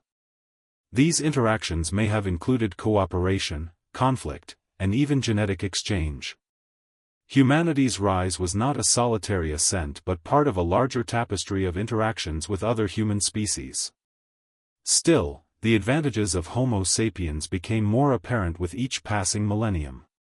Their ability to learn rapidly, adapt culturally, and communicate with growing sophistication made them unusually resilient.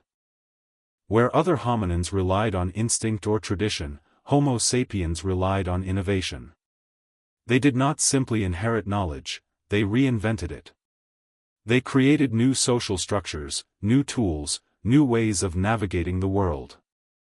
As climates continued to shift, Homo sapiens were the ones who thrived across multiple environments. They could endure droughts by storing water or shifting territories. They could withstand cold by making better clothing. They could evade predators through coordinated strategies. They turned their cognitive abilities into a protective shield, one more powerful than claws or speed. This rising cognitive complexity eventually led to a profound internal revolution, the emergence of symbolic thought. Humans began assigning meaning to objects, actions, and patterns. Red ochre pigments appeared in archaeological sites, possibly used for body painting, ritual, or decoration. Shell beads were collected, strung, and worn as ornaments, marking identity or status. These acts demonstrated something extraordinary: humans were no longer interacting with the world solely as physical beings. They were now beings of meaning, imagination, and intention. This symbolic awareness strengthened social bonds. It allowed early humans to establish shared beliefs, group identities, and early forms of culture. For the first time, humans could recognize themselves as part of something larger than their immediate families, a community, a lineage, a world beyond the individual. As Homo sapiens spread across Africa, their diversity grew. Regional cultures formed, shaped by environment, available resources, and local traditions. Yet these groups still shared a common blueprint: curiosity, cooperation, adaptability, and the capacity for symbolic communication. This unity, despite variation, marked them as a distinct species, one capable of shaping its environment and its destiny. While other hominins eventually disappeared, Homo sapiens continued to thrive. Their ability to survive both harsh droughts and lush periods, their resourcefulness in finding or creating food, their mastery of tools, and their deepening communication skills all contributed to their success. But there was something deeper as well, a sense of possibility. Homo sapiens imagined futures before they existed. They saw not only what was but what could be. Their rise was not the story of a single trait, it was the story of many traits woven together. Endurance, intelligence, creativity, emotional depth, cultural memory, and adaptability all converged to create a species unlike any other. From this convergence emerged the foundation of humanity as we know it. Out of many early hominins, one lineage endured. Out of many experiments, one blueprint proved capable of infinite growth. And from the plains of Africa, from the heat of its savannas and the shadows of its forests, a species emerged that would eventually walk across the world, carry fire into darkness, and ask the deepest questions about its own existence. Homo sapiens had arrived. And their journey, our journey, was only beginning. Before cities rose from riverbanks and temples touched the sky, before kingdoms, laws, and written history shaped the human world, there existed a quieter form of expression, one etched into stone, painted on cave walls, carved into bone, and carried through time like whispers of the ancient mind. These earliest creations were not the works of civilization but the dreams of a species just beginning to understand itself. Long before humans built monuments, they built meaning. And Africa, as always, was where this transformation first took shape. The earliest artists lived in a world where every day was a negotiation with nature. They hunted, gathered, traveled, and struggled, but in the moments when danger receded and firelight softened the night, their minds drifted towards something deeper. Inside them grew a need not only to survive, but to express. To transform memory into symbol. To turn the invisible into the visible. This yearning, to create, to communicate beyond words, was the dawn of art. One of the first canvases was the human body itself. Early Homo sapiens used ochre, a soft, iron-rich pigment found in African riverbeds and cliffs, to decorate their skin. They crushed red ochre into powder, mixed it with fat or water, and applied it with fingers or sticks. These pigments colored skin for ceremonies, rituals, or simple ornamentation. Red, a color of blood, life, vitality, may have symbolized strength or identity. Even before humans painted on stone, they painted on themselves, turning bodies into moving artworks that carried meaning across landscapes. Over time, artistic expression moved onto objects. Shells were pierced and strung into beads. Bone was carved into pendants. Stones were shaped into patterns not meant for cutting or scraping but for beauty alone. These ornaments were more than decoration, they were symbols of belonging. They identified individuals as members of a group, a lineage, a shared tradition. Art became a language of identity, carried across bodies, passed down through generations. But the most breathtaking expressions of early creativity appeared on stone walls and cliffs, marks made by hands that sought to capture moments, gestures, or visions. In the still darkness of caves or on sunlit rock faces, early humans painted animals they hunted, creatures they revered, or spirits they imagined. Antelope, cattle, giraffes, ostriches, animals moved across stone surfaces as if alive. Some paintings showed groups of humans dancing, hunting, or performing rituals. Others were abstract, circles, spirals, handprints, symbols whose meanings we can only guess. The act of creating these images was deeply human. It required planning, intention, and imagination. The artist needed to choose pigments, prepare surfaces, and select meaningful scenes. They painted not simply to record reality, but to interpret it.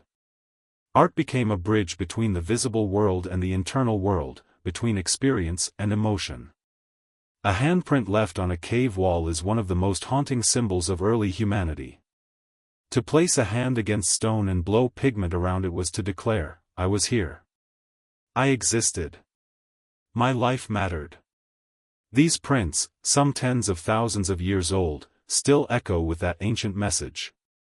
They remind us that before humans built civilizations, they built identity. The creation of art also shaped the brain.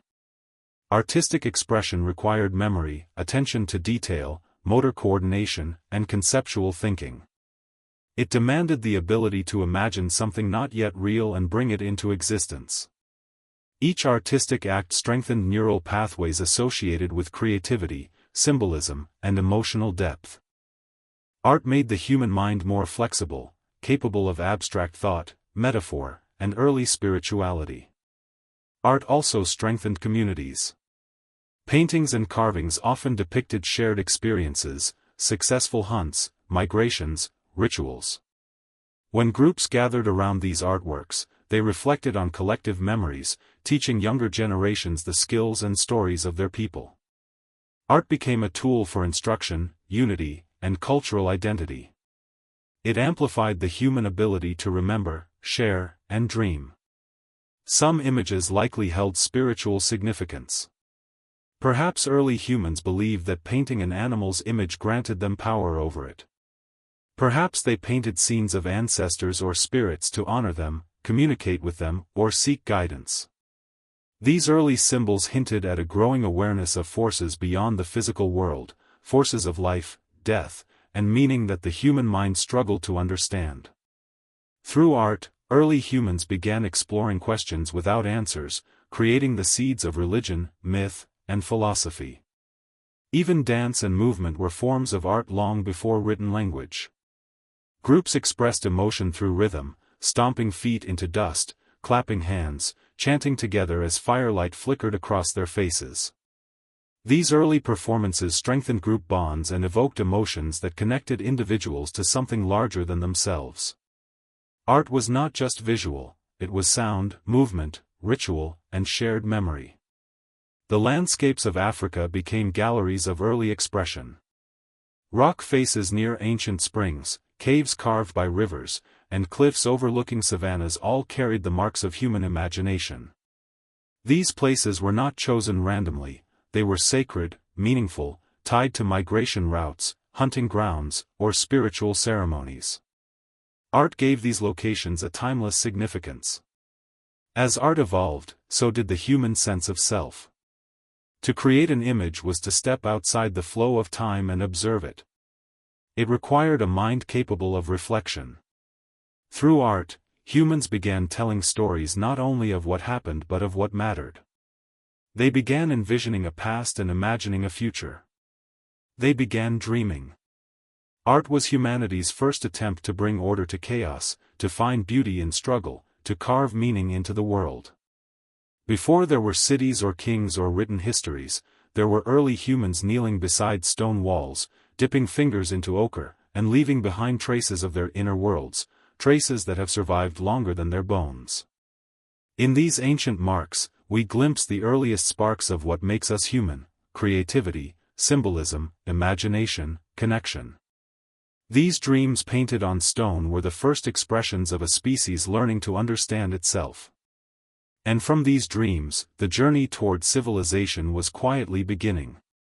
For hundreds of thousands of years, Africa was the entire world of Homo sapiens. It shaped their bodies, their minds, their culture, their spirit. Every lesson that humanity would one day use to cross mountains, oceans, and frozen lands was learned first on African soil. And then, sometime between 70,000 and 100,000 years ago, after generations of innovation, adaptation, and cultural flourishing, our ancestors did something extraordinary. They began to leave. This expansion was not a single event.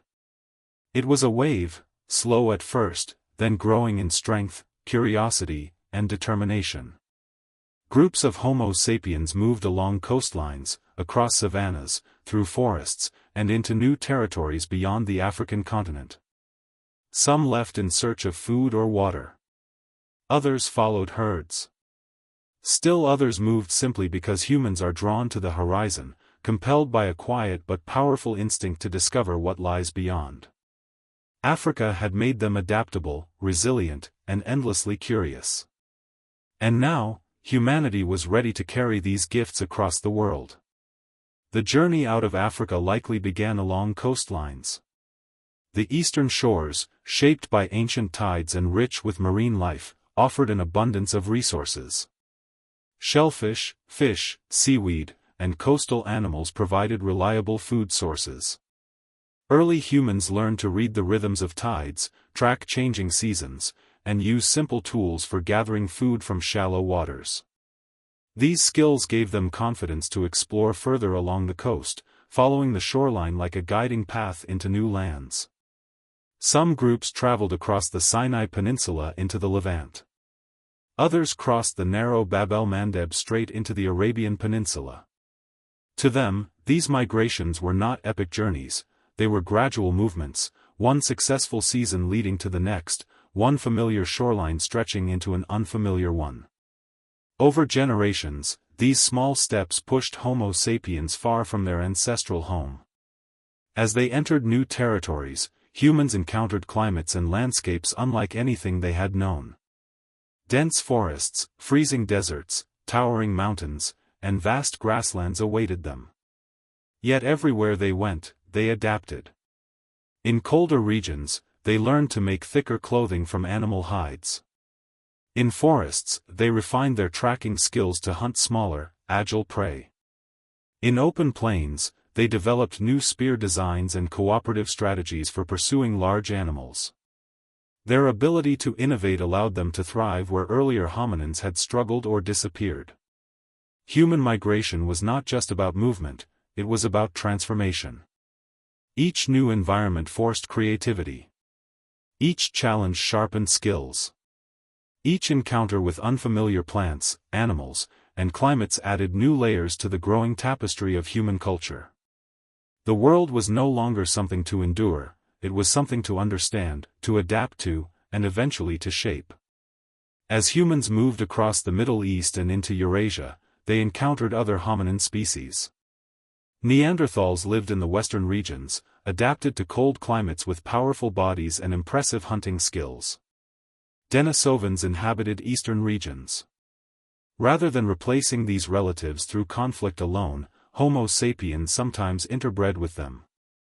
These ancient encounters, rare but significant, left genetic echoes that still live in modern populations. The human story is not a story of pure lines, but of merging, mixing, learning, and evolving together. Yet the advantages carried from Africa, symbolic thought, diverse diets, advanced tools, social cooperation, gave Homo sapiens the resilience to continue expanding even when other species dwindled. Their ability to share knowledge, adapt tools to new contexts, and coordinate through language made them uniquely capable of navigating unpredictable environments. Perhaps the most powerful force behind the expansion, however, was imagination. Humans dreamed before they understood what dreams were. They imagined new places before they arrived. They envisioned hunts before they happened and told stories of lands they had never seen. This ability to mentally project into the future, to imagine possibilities, allowed them to plan long journeys, take risks, and endure uncertainty. Africa had forged not just a species capable of surviving, but a species capable of dreaming.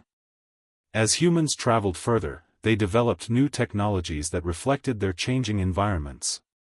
In colder northern climates, they built shelters from bone and wood, insulated with animal hides. They crafted tools from ivory and fashioned needles to sew clothing. They created lamps fueled by animal fat to bring light into the darkness of long winters. They hunted reindeer, mammoths, and other Ice Age animals with an efficiency that required sophisticated teamwork. In the warmer regions of South Asia and Southeast Asia, humans adapted equally quickly. They navigated dense jungles, learned which plants were edible or medicinal, and developed strategies for dealing with dangerous predators. Along coastal areas, they harvested shellfish, built rafts, and eventually crossed stretches of ocean to reach islands that had never before been touched by human feet. Everywhere they went, they carried with them a piece of Africa, its knowledge, its creativity, its resilience, its cultural memory. They also carried its emotional inheritance, the bonds formed around firelight, the lessons passed from elders, the stories told in gesture and rhythm, the belief that family and community were essential to survival. By the time humans reached Australia around 65,000 years ago, they had already become masters of adaptation. They crossed open water, navigated unfamiliar continents, and thrived in ecosystems filled with creatures unlike anything in Africa. When they eventually reached Europe, they encountered harsh winters, shifting glaciers, and landscapes dominated by large predators. Yet they persisted. When they moved into the vast Siberian steppes, they learned to live in extreme cold. When they crossed into the Americas, possibly by following herds across a land bridge, they entered a continent untouched by human presence, and transformed it through hunting, resource management, and cultural innovation. Human expansion reshaped the world. As Homo sapiens spread, they influenced ecosystems, hunted species to extinction, introduced fire into new landscapes, and altered plant growth through selective gathering. Their presence changed the balance of life everywhere they went. But they also created new cultures, languages, myths, and technologies, expressions of the human mind responding to the planet's endless diversity. Yet through all this movement, one truth remained constant: the human story began in Africa. The skills that allowed Homo sapiens to cross continents were shaped by millions of years within its forests, rivers, and plains. The emotional intelligence required to build societies was forged in African communities. The curiosity that drove exploration was born in African minds. Africa was not just the birthplace of our species, it was the school that taught humanity how to thrive. Migration was not a departure from Africa's legacy, it was the continuation of it. As humans spread across the globe, they carried Africa with them, in their bones, their genes, their culture, and their dreams. Every new territory they entered, every innovation they created, every challenge they overcame was an echo of lessons learned long before their ancestors crossed the first horizon. The great human expansion was not simply the movement of bodies across land. It was the movement of ideas, memories, and hopes. It was the unfolding of a species discovering the world and discovering itself. And though continents would eventually shape cultures into countless forms, all humans, everywhere, remain connected by this ancient journey that began in a single homeland under the vast African sky. When Homo sapiens stepped beyond Africa and began to explore the vast continents beyond, they did not walk into an empty world. Other humans were already there, species forged by their own evolutionary journeys, shaped by climates harsher than anything Homo sapiens had known, carrying intelligence, strength, and histories of their own. This meeting of worlds was not a single event, but a series of encounters stretching across thousands of years, encounters that would change the fate of every lineage involved.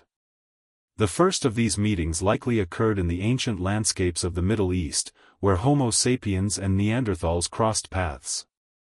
Neanderthals were powerful beings, broad-shouldered, thick-boned, and adapted to the cold glacial environments of Europe and Western Asia. They had lived there for hundreds of thousands of years, mastering the art of survival in landscapes where winter could swallow entire seasons and predators stalked endlessly. Their tools were sophisticated, their hunters skilled, their social groups tightly bonded. They were not a primitive or lesser form of human, they were simply different. At first, our species must have approached each other with caution. The unfamiliar is always dangerous. Neanderthals stood heavier and more muscular, Homo sapiens more slender and agile. Their languages were different, their gestures unknown, their rituals unfamiliar. Yet there were similarities: eyes that reflected emotion, hands shaped for skill, and faces capable of compassion or conflict. What happened in these early encounters cannot be fully known, but archaeology and genetics tell part of the story. Some interactions were peaceful. Groups exchanged knowledge, tools, or resources. They shared hunting grounds when seasons demanded cooperation. And at times, they interbred. The DNA of Neanderthals still lives within billions of modern humans, a silent testament to ancient unions that occurred not through conquest alone, but through connection, however brief, however fragile. But not all encounters were peaceful. Competition for land, food, and shelter sometimes led to conflict. The world was tightening as climates fluctuated. Ice sheets advanced and retreated, animals migrated more erratically, and resources became unpredictable. In such pressures, coexistence could break down. Even without open warfare, small advantages, faster innovation, broader social networks, more adaptable culture, favored Homo sapiens. Slowly, over thousands of years, Neanderthal populations dwindled, disappearing into extinction around 40,000 years ago. Their disappearance was not the triumph of one species over another, but the closing of a chapter in human diversity. And Homo sapiens carried their memory forward, not through stories, but through genes, instincts, and the very shape of the human face. Further east, another mysterious human awaited, the Denisovans. We know far less about them, for their fossils are rare and their world stretches across vast unknown terrains, from the mountains of Siberia to the islands of Southeast Asia. Yet their genetic legacy survives in modern populations across Asia and Oceania. This means that Homo sapiens did not simply replace Denisovans, they intertwined with them. Their strengths, perhaps adaptations for altitude or cold, were passed into us through ancient unions. Again, humanity did not conquer, it blended. But the expansion of Homo sapiens also coincided with the decline and disappearance of many other hominin species across Africa. Some close relatives vanished quietly, leaving only fragments of bone behind. Species like Homo naledi, dwarf hominins of island worlds, and other archaic lineages faded from the earth as Homo sapiens spread more widely and adapted more rapidly. Each extinction was the loss of a unique evolutionary story, stories we now reconstruct only through fossils and genetic echoes. As Homo sapiens moved deeper into Europe and Asia, their tools, art, and culture transformed landscapes. They carved bone needles, shaped advanced stone blades, and created symbolic objects that reflected identity and meaning. Their societies grew more interconnected, their communication more sophisticated, their ability to adapt almost unmatched. These innovations gave them an advantage in every ecosystem they entered. But the world was still filled with unknowns. Giant Ice Age animals roamed the continents, woolly mammoths, saber-toothed cats, giant sloths, cave bears. To Homo sapiens, these creatures must have seemed like beings out of myth, immense, powerful, terrifying. And yet, they learned to hunt many of them, to track their migrations, to use the environment to their advantage. This expansion into foreign lands brought both opportunity and danger. Rivers froze into bridges, oceans rose into barriers. Bitter cold challenged even the most adaptable groups. Some perished, unable to survive extreme climates. But others refined tools, improved shelters, and passed down the knowledge needed to endure. Each success added another thread to the growing tapestry of human identity. As Homo sapiens encountered new hominins, new animals, and new climates, something profound was unfolding internally. Their sense of us and them evolved. They learned not only to recognize danger and opportunity, but to categorize other beings, human and non-human alike, in ways that shaped cooperation, conflict, and curiosity. This growing awareness fueled cultural complexity, allowing humans to organize into larger groups, maintain alliances, and expand territories. The world, for the first time, was becoming interconnected by a single species. Not through conquest alone, but through movement, mingling, adaptation, and story. Every step Homo sapiens took into unknown territory carried Africa's legacy deeper into the planet, its tools, its minds, its emotions, its resilience. Yet each encounter with other hominins also revealed something about ourselves, that human identity was never singular, never fixed. It was a mosaic of lineages, shaped by interbreeding, competition, cooperation, and shared challenges. We are not the pure descendants of a single ancestor but the blended result of many ancient worlds coming together. As the centuries passed, Homo sapiens became the last surviving branch of the human family. Not because they were stronger or more brutal, but because they were more adaptable, able to learn, imagine, and innovate across every environment the world offered. They carried within them the spark of creativity that allowed new tools, new ideas, and new stories to flourish. The disappearance of other hominin species marked the end of an era. A world once inhabited by many kinds of humans gradually became a world inhabited by one. And in that solitude, Homo sapiens began shaping the planet in ways no species had done before, altering landscapes, extinguishing species, creating art, crafting rituals, and eventually building the foundations of civilization. But deep within our DNA, deep within our bones and minds, the memory of those ancient encounters remains. We carry Neanderthal genes in our blood, Denisovan adaptations in our physiology, and echoes of archaic hominins in our deepest ancestry. Their stories live within us even as the world forgot their names. The world met us, and through that meeting, humanity became something far more complex, far more diverse, and far more connected than any lineage that came before. The encounters, extinctions, and unknowns of this era were not just biological events, they were the shaping forces that forged the human species as we know it today. Civilization did not appear suddenly.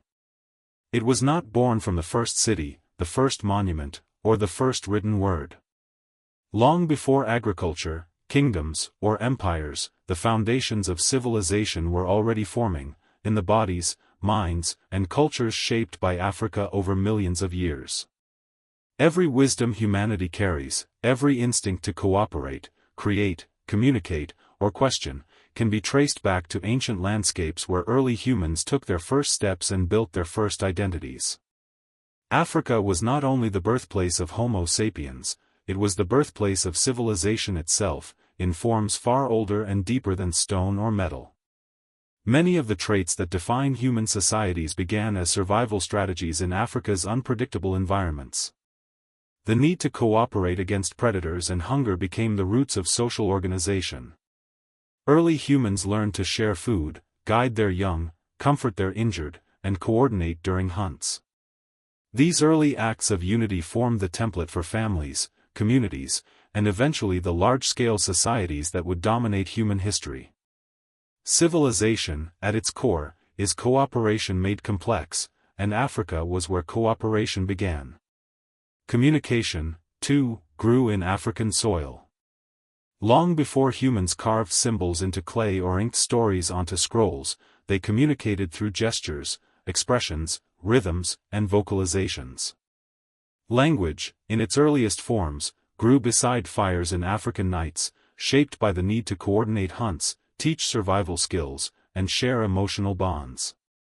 Over time, the capacity for symbolism, metaphor, and storytelling expanded. The tales told at those ancient fires were the ancestors of myths, histories, and laws. They created a shared reality, one of the most essential ingredients of civilization. Across Africa, early humans also developed sophisticated knowledge of their environments. They understood the cycles of plants, the migrations of animals, the healing properties of roots and herbs. They learned to predict seasonal changes by watching the sky, following wind patterns, and reading the behavior of birds and insects. This environmental wisdom formed the basis of early science.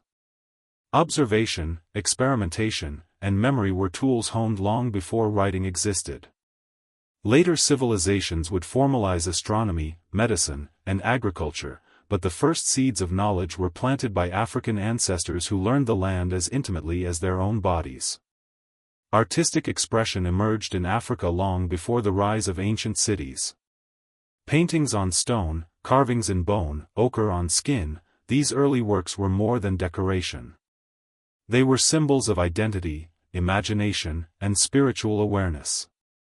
They strengthened bonds within communities and created shared meaning. The human desire to express beauty, sorrow, triumph, and belief through art was born in these early moments. Civilization's music, literature, sculpture, and architecture all trace their emotional origins to these ancient, intimate creations. Even the idea of ritual has deep African roots.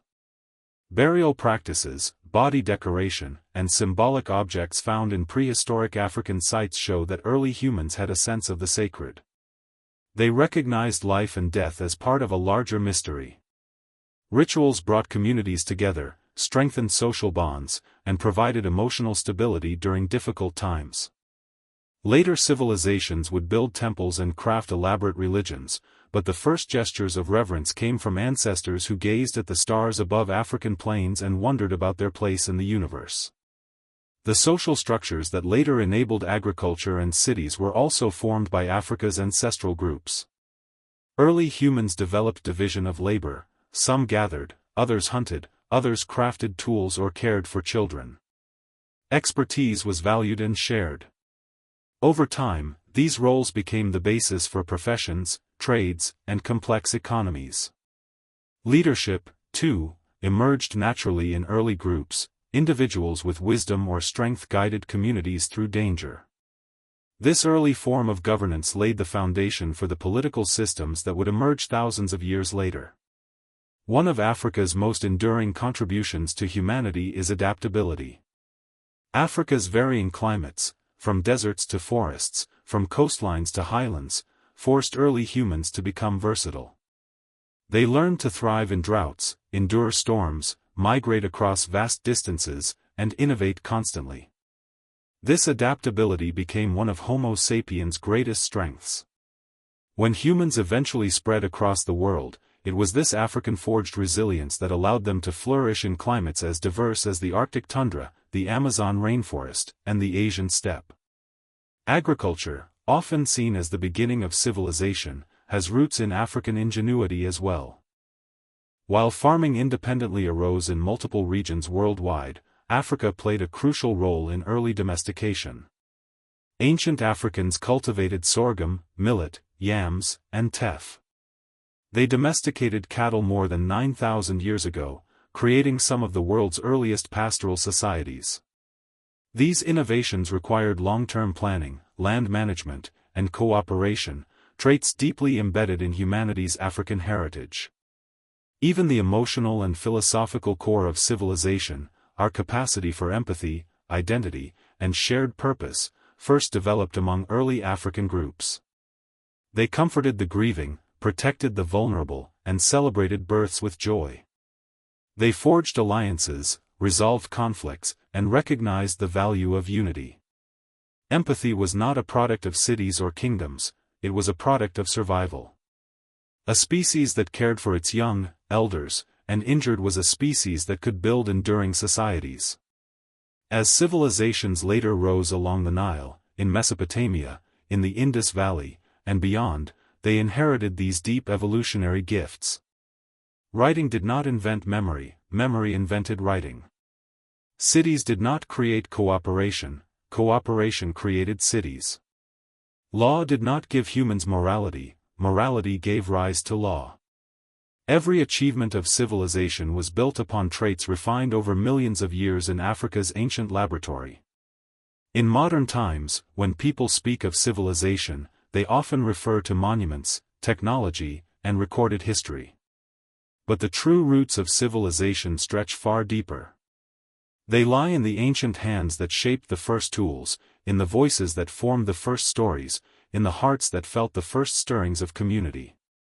These roots lie beneath the soil of Africa, in the footsteps of ancestors who carried within them the blueprint of what civilization would one day become.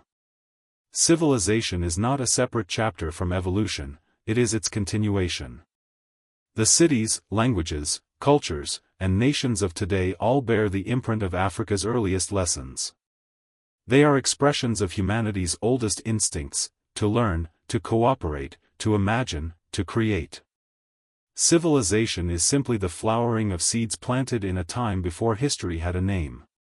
And so, even now, as humanity looks toward the future, toward innovation, exploration, and discovery, we carry within us the echoes of Africa's ancient wisdom. The continent taught us how to think, how to adapt, how to connect, how to dream. Its imprint is not behind us. It lives within us, shaping who we are and who we will become. For much of human history, our origins were wrapped in myth. People looked to mountains, rivers, and heavens to explain where they came from. Civilizations crafted stories of gods breathing life into clay, of ancestors emerging from trees, oceans, or sacred soils. These stories offered meaning, comfort, and identity. But it was only in the last century, an instant in evolutionary time, that science, through patient study and silent discovery, began to reveal a truth more profound than any myth ever imagined: that all humans, everywhere, are connected by a single ancestral journey that began in Africa. This revelation did not come from one field alone, but from many: genetics, archaeology, anthropology, geology, linguistics. Piece by piece, like fragments of an ancient puzzle, evidence accumulated. Fossils whispered stories of early hominins who walked upright on African plains. Stone tools revealed patterns of innovation.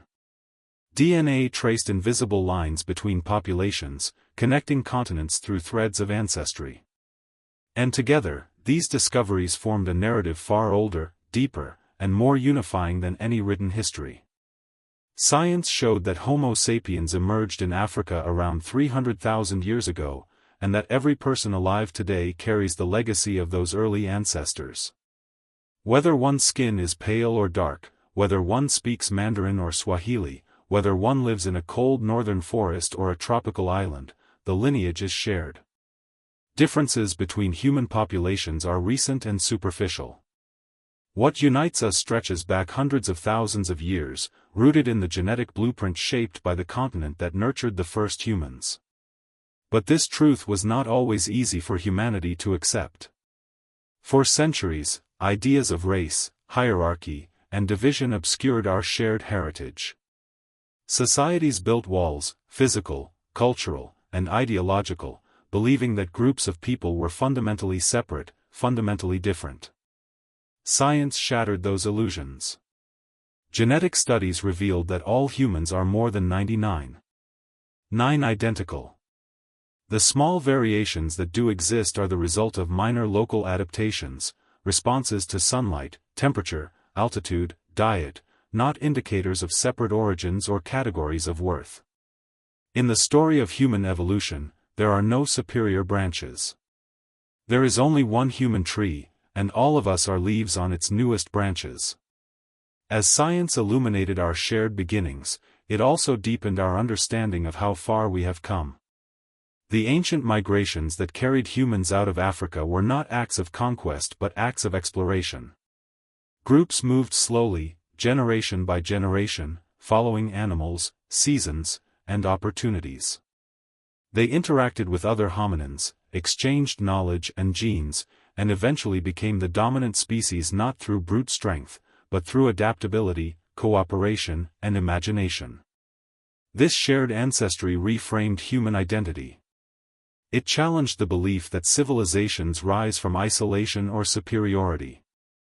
Instead, it showed that every innovation, tools, language, art, agriculture, grew from shared experiences, shared struggles, and shared creativity that began in Africa and spread across the globe. Humanity's greatest achievements are not the result of division, but of connection. Modern science also allowed us to understand the emotional and psychological threads that bind us. The fear of the dark, the comfort of fire, the bond between parent and child, the instinct to form communities, these are universal because they were shaped when our ancestors still lived together. Our laughter, grief, jealousy, wonder, and curiosity are ancient inheritances. They are reminders that beneath the surface of culture and technology, beneath the layers of nation and language, the human heart beats with rhythms its ancestors learned long before the first cities existed. As we reclaim our origins, we reclaim unity. The story of humanity is not a story of separate beginnings, but of one beginning branching outward. Africa is not just a continent, it is the source of our bodies, our minds, our cultures, our existence. Recognizing this truth is not about placing Africa above others, it is about restoring the narrative to its full, honest, and beautiful form. Scientific discoveries continue to refine this story. Excavations reveal new fossils that push back timelines. Genetic studies uncover migrations previously unknown. Ancient tools and symbols show that human creativity blossomed far earlier than once believed. Each discovery is a reminder that human history is not static, it is alive, shifting, expanding, just like the people who study it. But beyond the science lies something even more profound: humility. To understand that humanity shares one origin is to understand that we are all connected, not metaphorically, but literally. Every person carries within them echoes of the same ancestors. Every family tree converges. Every conflict, every prejudice, every division becomes small when viewed against the vastness of our shared journey. Reclaiming our origins does not erase cultural differences, instead, it enriches them.